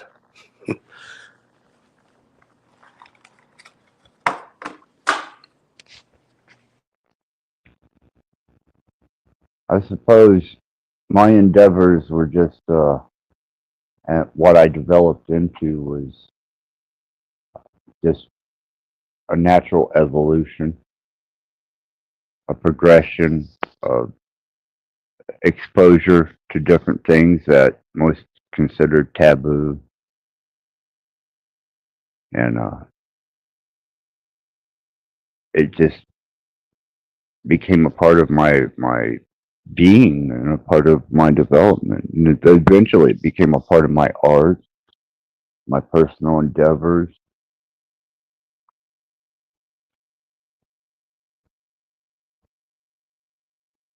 But I always knew that the aspects of some of the things that they were applying to it was superstition, um, fear. Uh, a lot of it was Judeo-Christianity based. You know, concepts of God, demons, devils, and the form and function that they have in westernized Christianity.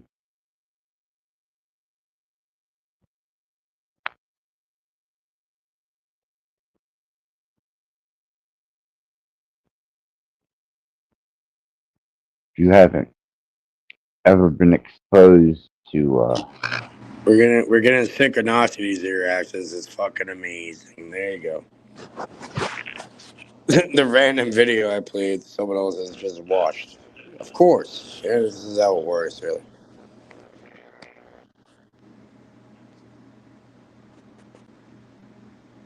If it wasn't towards any synchronicities. Why don't you guys someone join the damn panel here? What's happening? Where's all the guests in there? I think maybe they were waiting for a deep esoteric dive, maybe because I've done a couple of those here recently. And I was waiting for I guess, the rebound of that to see if it sunk in, if it made any headway with anyone, or even sparked an inquisitive thought that they could address. But apparently it was either not, I don't know. Maybe it just didn't take,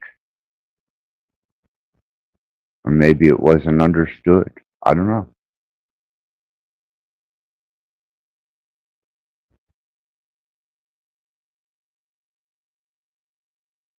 But I'm not going to press it. I'm not going to try and promote or sell the concept of, being on panel or even participating in the chat. I mean, that's entirely on the individual. And if they don't realize the arena that they're being introduced to, or even the information, then, that's not on me. I did my part by introducing it. Whether people are responsive to it or even do the work, that's on them.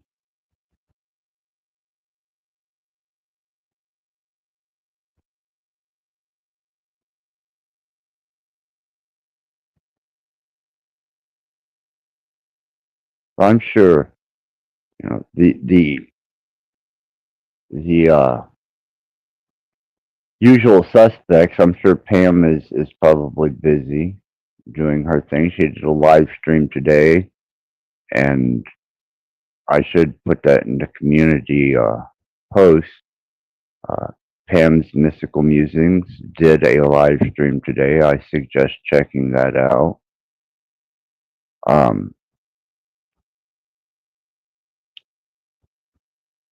Fools and Tools, she is a regular, and she did panel up the other day, and during a calmer stream, it was a pretty nice situation. Singularity was here last night, and we did a pretty heavy, deep esoteric dive on They're saying you're a tad intimidating for your darkness, Access. You're scaring people. You're scaring them away, bud. Well, I suppose if you don't have faith That's enough. some weak. To me, it's some child shit. It's like you think you're, your darkness. You sound like a goddamn child. Fuck off. There's real motherfuckers out here. They don't give a fuck in a certain way. You know what I mean? Like they're like you want to see dark. Back to the gym with you. Go to the gym for a week. You're gonna see some real motherfuckers over there. Yeah, if they don't have enough spiritual stamina and faith, or even broad-minded enough to move past my personification, then I don't consider them very evolved or developed in the first place, and they probably really wouldn't survive here. But it'd be fucking hilarious, really.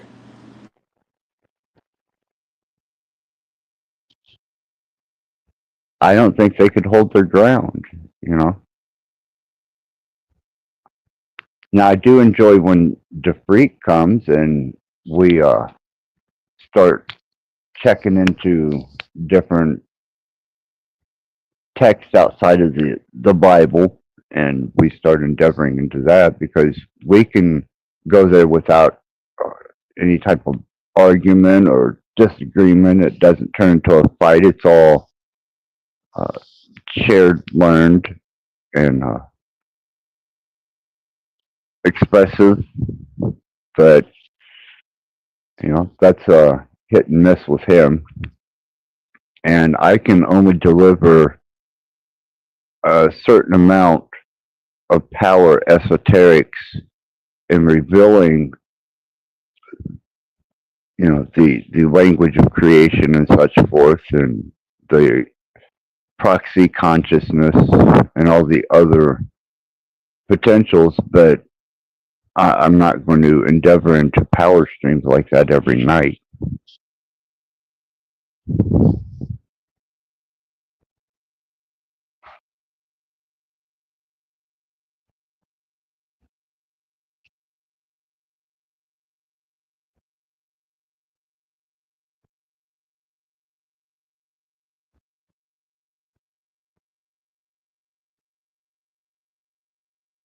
Yeah, I've got quite the, I guess, legacy on a lot of these platforms. I have definitely earned my personification, and I'm not resistant to it. On YouTube? Yeah.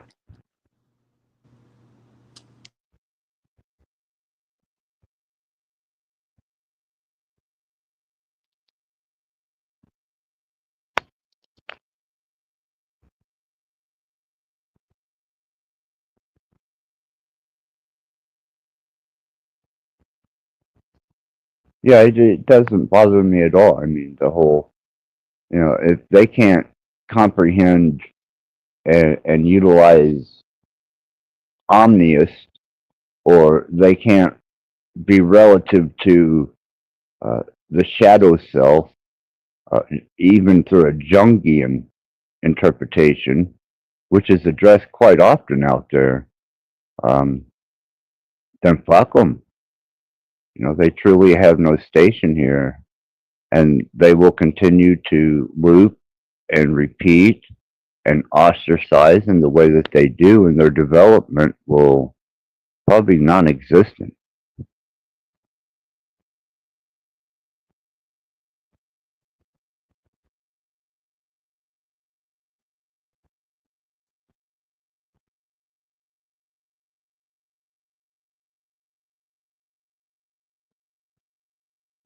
And I didn't allow them to influence me. Yeah, that's one thing.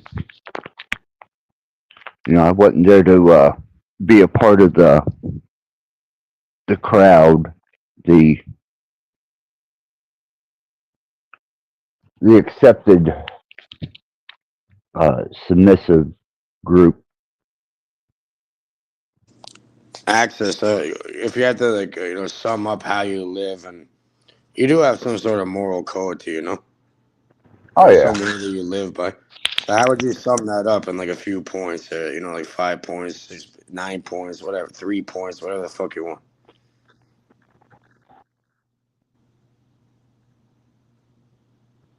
Basic Physical. tenets of Axis's mind and the way he deals with life.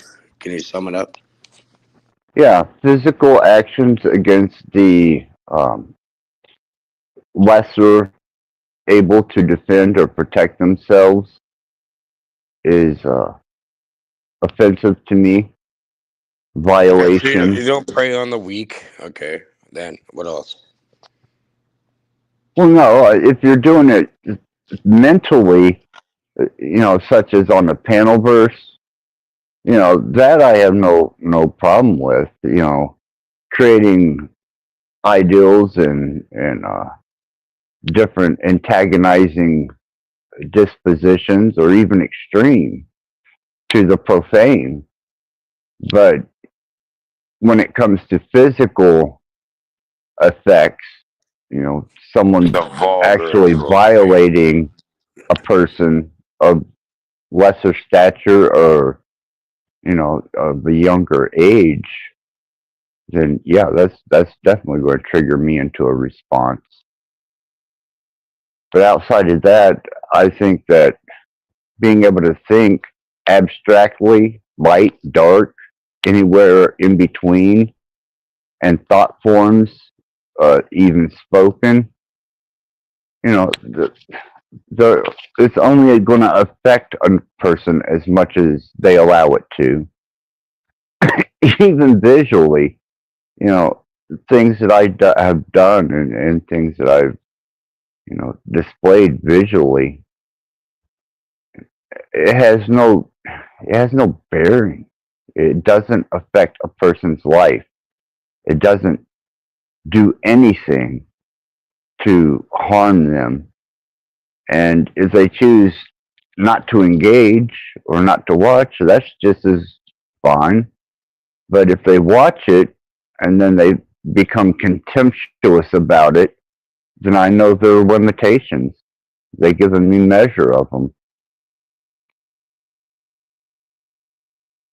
And I did use some measure or degree of responsibility in the subliminal imagery that I released, the frequency technology, the dream focus technology that I was working on. I mean,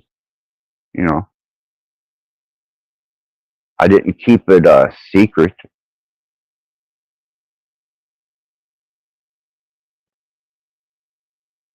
But even at that, it was only a cerebral change of chemistry through frequency, emotion. Even the imagery was just suggestive imagery to those that are easily suggested to. But did it cause any physical harm? Did it disrupt their life? Did it stop them from being able to function properly? No.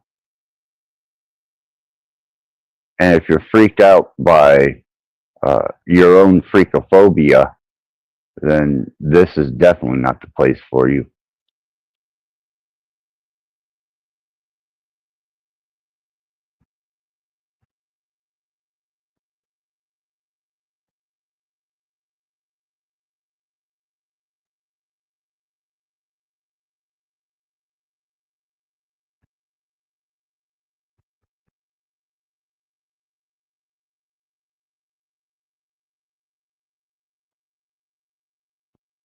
It's like your hesitation to create the AI visual word model that I'm working with now. That kind of I don't know, man. To me, that was an interesting take on your morality of no different than having an image and a video of that person on your computer, or even gig after gig of that person, and being able to sit and watch them all day if you wanted to, but yet you're concerned with the AI word model being developed. Yeah, exactly. Some people broadcast their entire life online. You know what I mean? Yeah, because I have several gigs of this particular individual throughout almost 2.5 years of video, and I was just kind of intrigued at that type of morality. What do we refer? I think I know what you're referring to.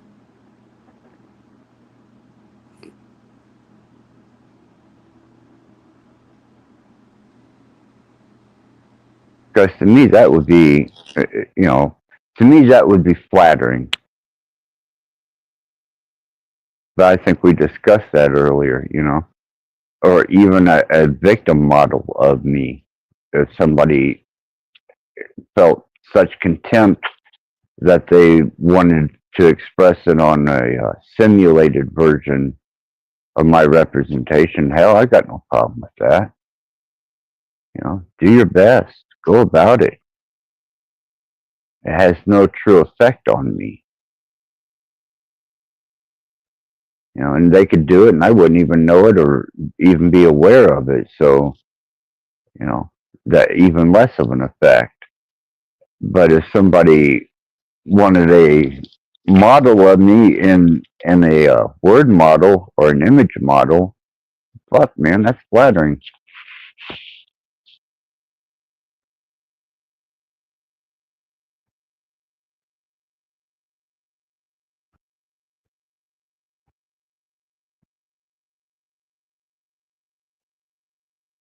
Yeah, get your freak on. Tools and Tools has got it. Get your freak on. I think over there that involves koala bears and kangaroos or something. I don't know. It could. And that's all good, Got no problem. You ever dance with a kangaroo? No, I have not.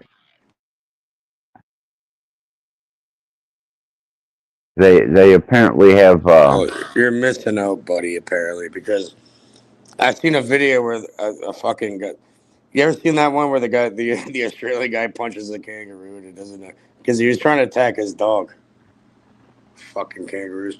I seen this other clip the other day, and this fucking kangaroo jumped the guy out of nowhere. He had to fight it. Holy fuck! It's like deers that went to jail or something. It's like deers that learn how to walk on 2 feet with their tail and fucking went to the penitentiary. You ever seen that? No.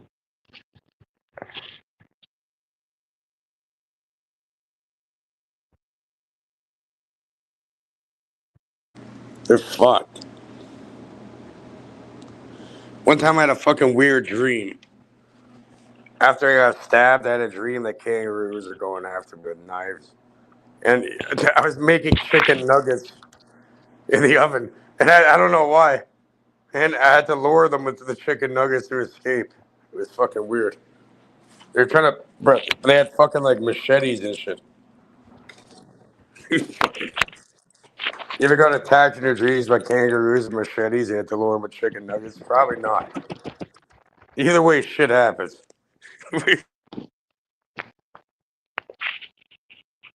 Well, we discussed the proxy conscious state and how it is a communicative force through dreams, and it interacts with you through symbology, metaphor, abstract imagery, and situations. And I think that that's the way that the proxy consciousness interacts with a person while they sleep.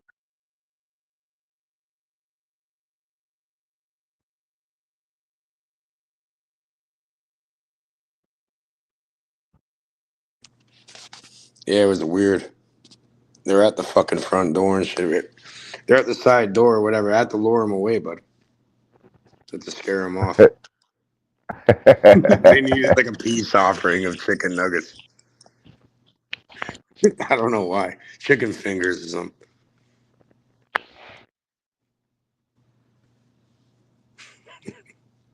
Well, I think in most all dreams, there's some type of information that's relative or has some bearing on This is your before it was waking ever on state. fucking. It was before it was ever on YouTube. It was after I got stabbed by people.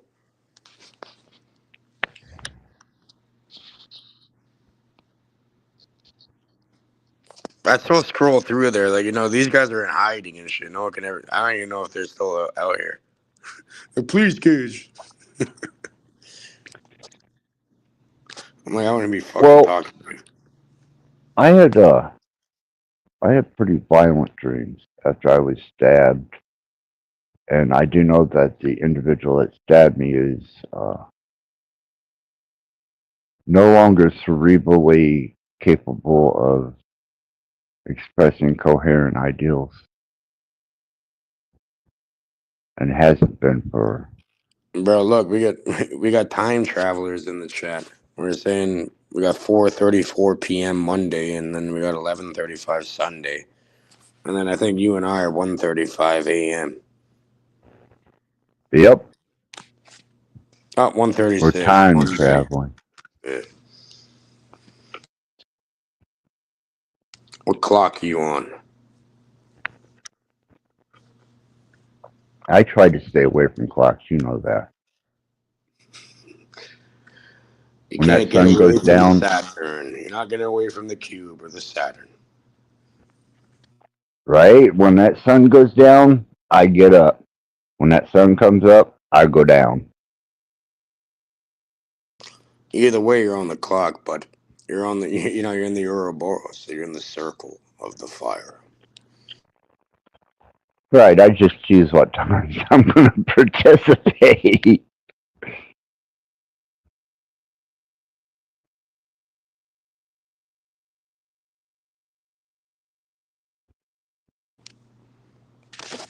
Participation is mandatory.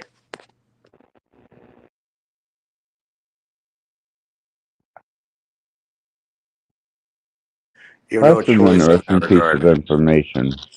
Yeah. Fools and Tools just laid an interesting piece of information out there.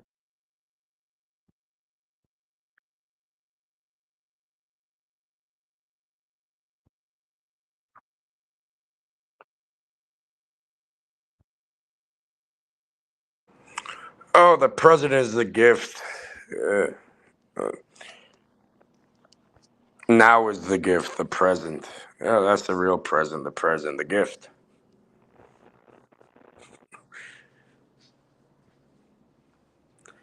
Right now, I'm fucking on it.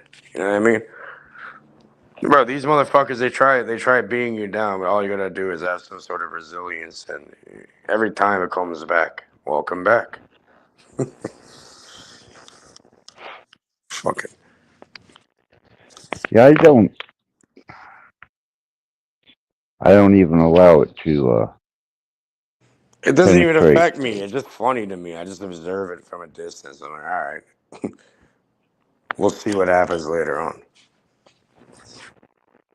Well, you develop either a ability to allow words to become passive, no matter how demeaning or aggressive they are on YouTube, or you allow them to affect you and you respond. Or there's so many variables that motivate people into action or a response. But I found that if there is no response, you give no energy to it and just allow them to voice themselves and let it just dissipate into nothingness. Yeah, That that's been that's my strategy. Yeah. Yeah, it works. It works quite well.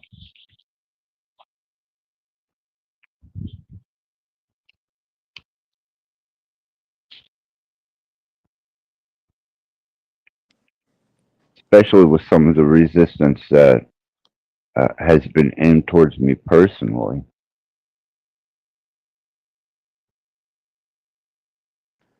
Because of your fucking shenanigans and your antics, that Rattblood. You know you're doing it on purpose to elicit that response and then complain about it. It's like, fuck off, bud. What kind of game Well, you're it's not playing a yourself? complaint. What game are you playing? I think you're playing yourself, bud. It's not a complaint. It's just a part of the personification. You know, like I said, everything Well, is you point fact out based. an effect that you absolutely created purposefully. So it's like, what the fuck are you even talking about here? Well, I didn't deny it, Cage. I absolutely. You know, though the information is solid, it's truthful, it's factual. You know, and I don't mislead or manipulate people into deception, but I do have a theatrical application to the personification that I am, and I'm not going to change that for anybody. You know, if they can't handle it, they don't like it, then fuck them. They can go to hell on. You know, and I've seen it come and go with many groups and many different people. And I've seen people stick around and participate and be a part of, you know, what my platform is, and just one particular phrase or maybe one show, and man, they're gone. People switch up quick. Yeah, they do. No integrity. Um, they don't show the endurance, or they're just passive plastic people, man. Wishy-washy. Yeah, pretty much. You know, I know the core people around here that are truly, you know, what I would be consider associates of the channel. You know, people that I know that, you know, their intent of being here is of a good endeavor.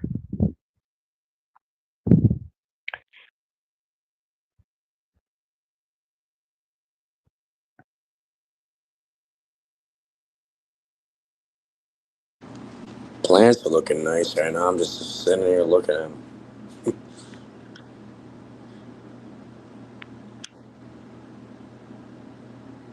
Are you looking at the ones that are flowering?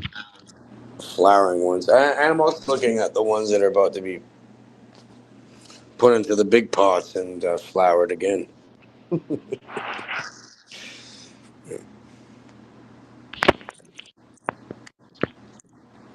Right now I'm looking at the flowering ones. Yeah, they need about like another month. They're doing good. Well, yeah, I know you're turning around the cycle pretty quick. Hey, bro, I got put back a while because it was my fault because I didn't do my due diligence. I got a bad batch of soil that was highly acidic, and I transplanted everything into them like a fucking idiot without spot checking it. I got too comfortable. Of course, I paid for that, and put me back a few months here where it should be. Doesn't really matter.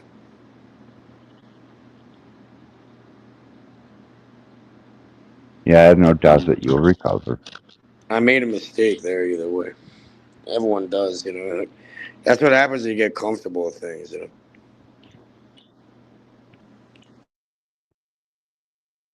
Too comfortable.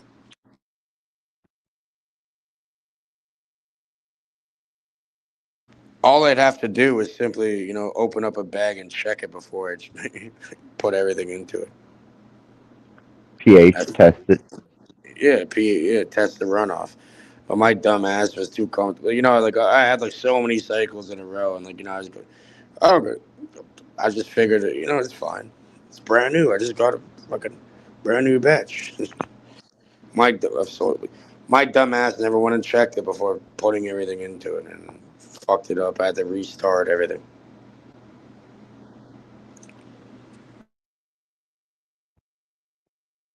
I saved my genetics, which is the most important thing. Well, absolutely. If that's your personal strain. Oh, I've been working on them and developing them and having them since. I have some of the same ones since like 2016, almost 10 years. So.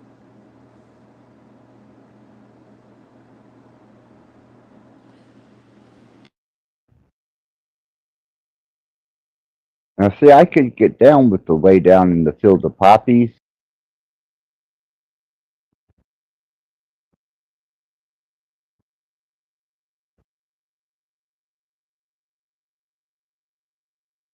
And this has happened to me before, actually. It's like we had like a soil outage back during the, I'm talking about like 2019, 2020. And I got an acidic batch, but I noticed it right away. But we couldn't get any more soil, so I was able to correct it at the beginning, and it was fine. But fucking didn't think it would happen again. As soon as you get lazy, it fucking hits you. You know what I mean? Yeah, I always had a good solid base soil, vermiculite, guano, and I'd hit it with CO2, and I used distilled water, mineral water sometimes. Kept them pretty, kept them growing. Yeah, funny enough, I have plenty, you know what I mean? Either way, it's like, even if I have these other harvests, I just have a stockpile at that point because people are trying to like lower the prices too much and I refuse to fucking lower my prices to that point. So I'd rather just hold that and do it slowly. Yeah.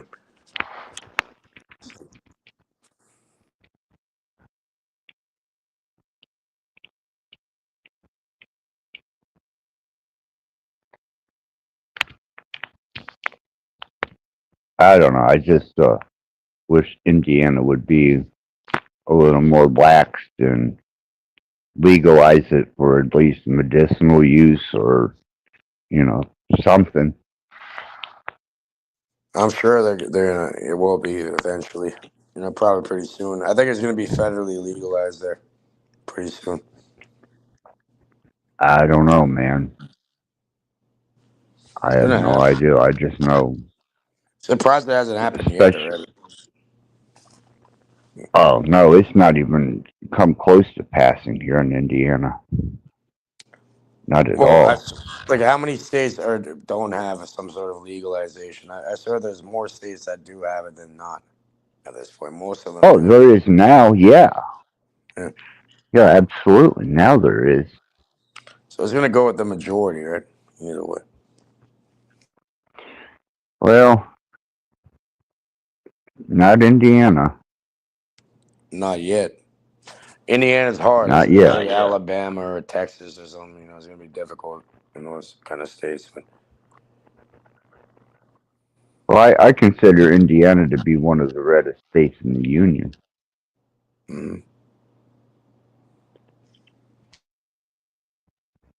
Every other state is done something and legalized or went, uh, you know, allowing certain things to transpire, and Indiana is still always seems to be 2 or 3 years behind, if not further, and just as harsh and stringent on it as they can be.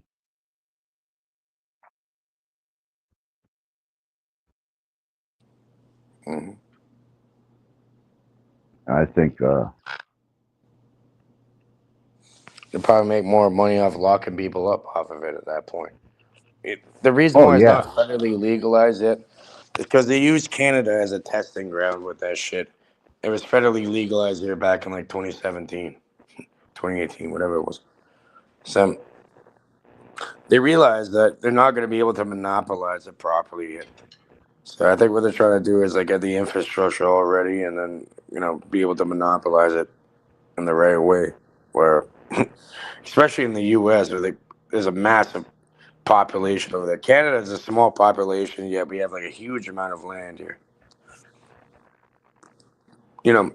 Canada's way bigger than the U.S. In land mass, but we have a smaller population than just like one state in the U.S., like California. Put that into fucking perspective.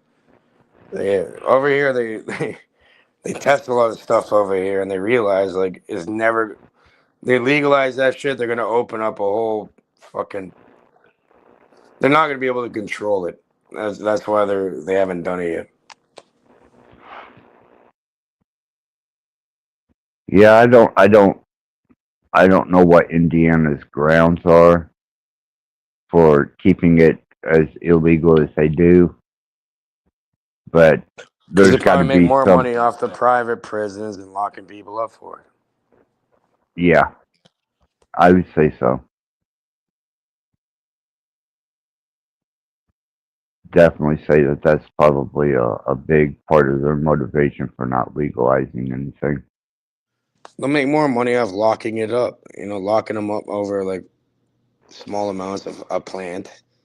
You know what I mean? Because it's all privatized. The government ends up paying these private companies that end up probably giving them shit on the low either way back, kicking it back up. Right. That's the thing. In Canada, we don't have privatized. There's no bails bonds. There's no fucking bounty hunters. There's none of that shit. Over here, there's no paying for bail in Canada. What you do is you need to have a surety. So this shit's not privatized. It's not owned by private companies that own jails that make this whole like fucking cat and mouse game to lock people up and make money off locking them up while supplying them the shit at the same time. It's kind of retarded. Yeah, so over here, you don't pay for bail. What you need a shirt. You need someone to sign for you with some sort of, and if you don't show up to court, they'll take away their shit. So it's like you need someone that trusts you enough or can vouch for you. Damn. Yeah. Yeah. Which is a way better system. You avoid a whole bunch of shit like that. Well, I know bail costs a considerable amount of money on several different charges. Been there. Yeah, you don't pay bail here. You just have a surety. Like in Canada, you don't pay money to bail someone out of jail. Huh.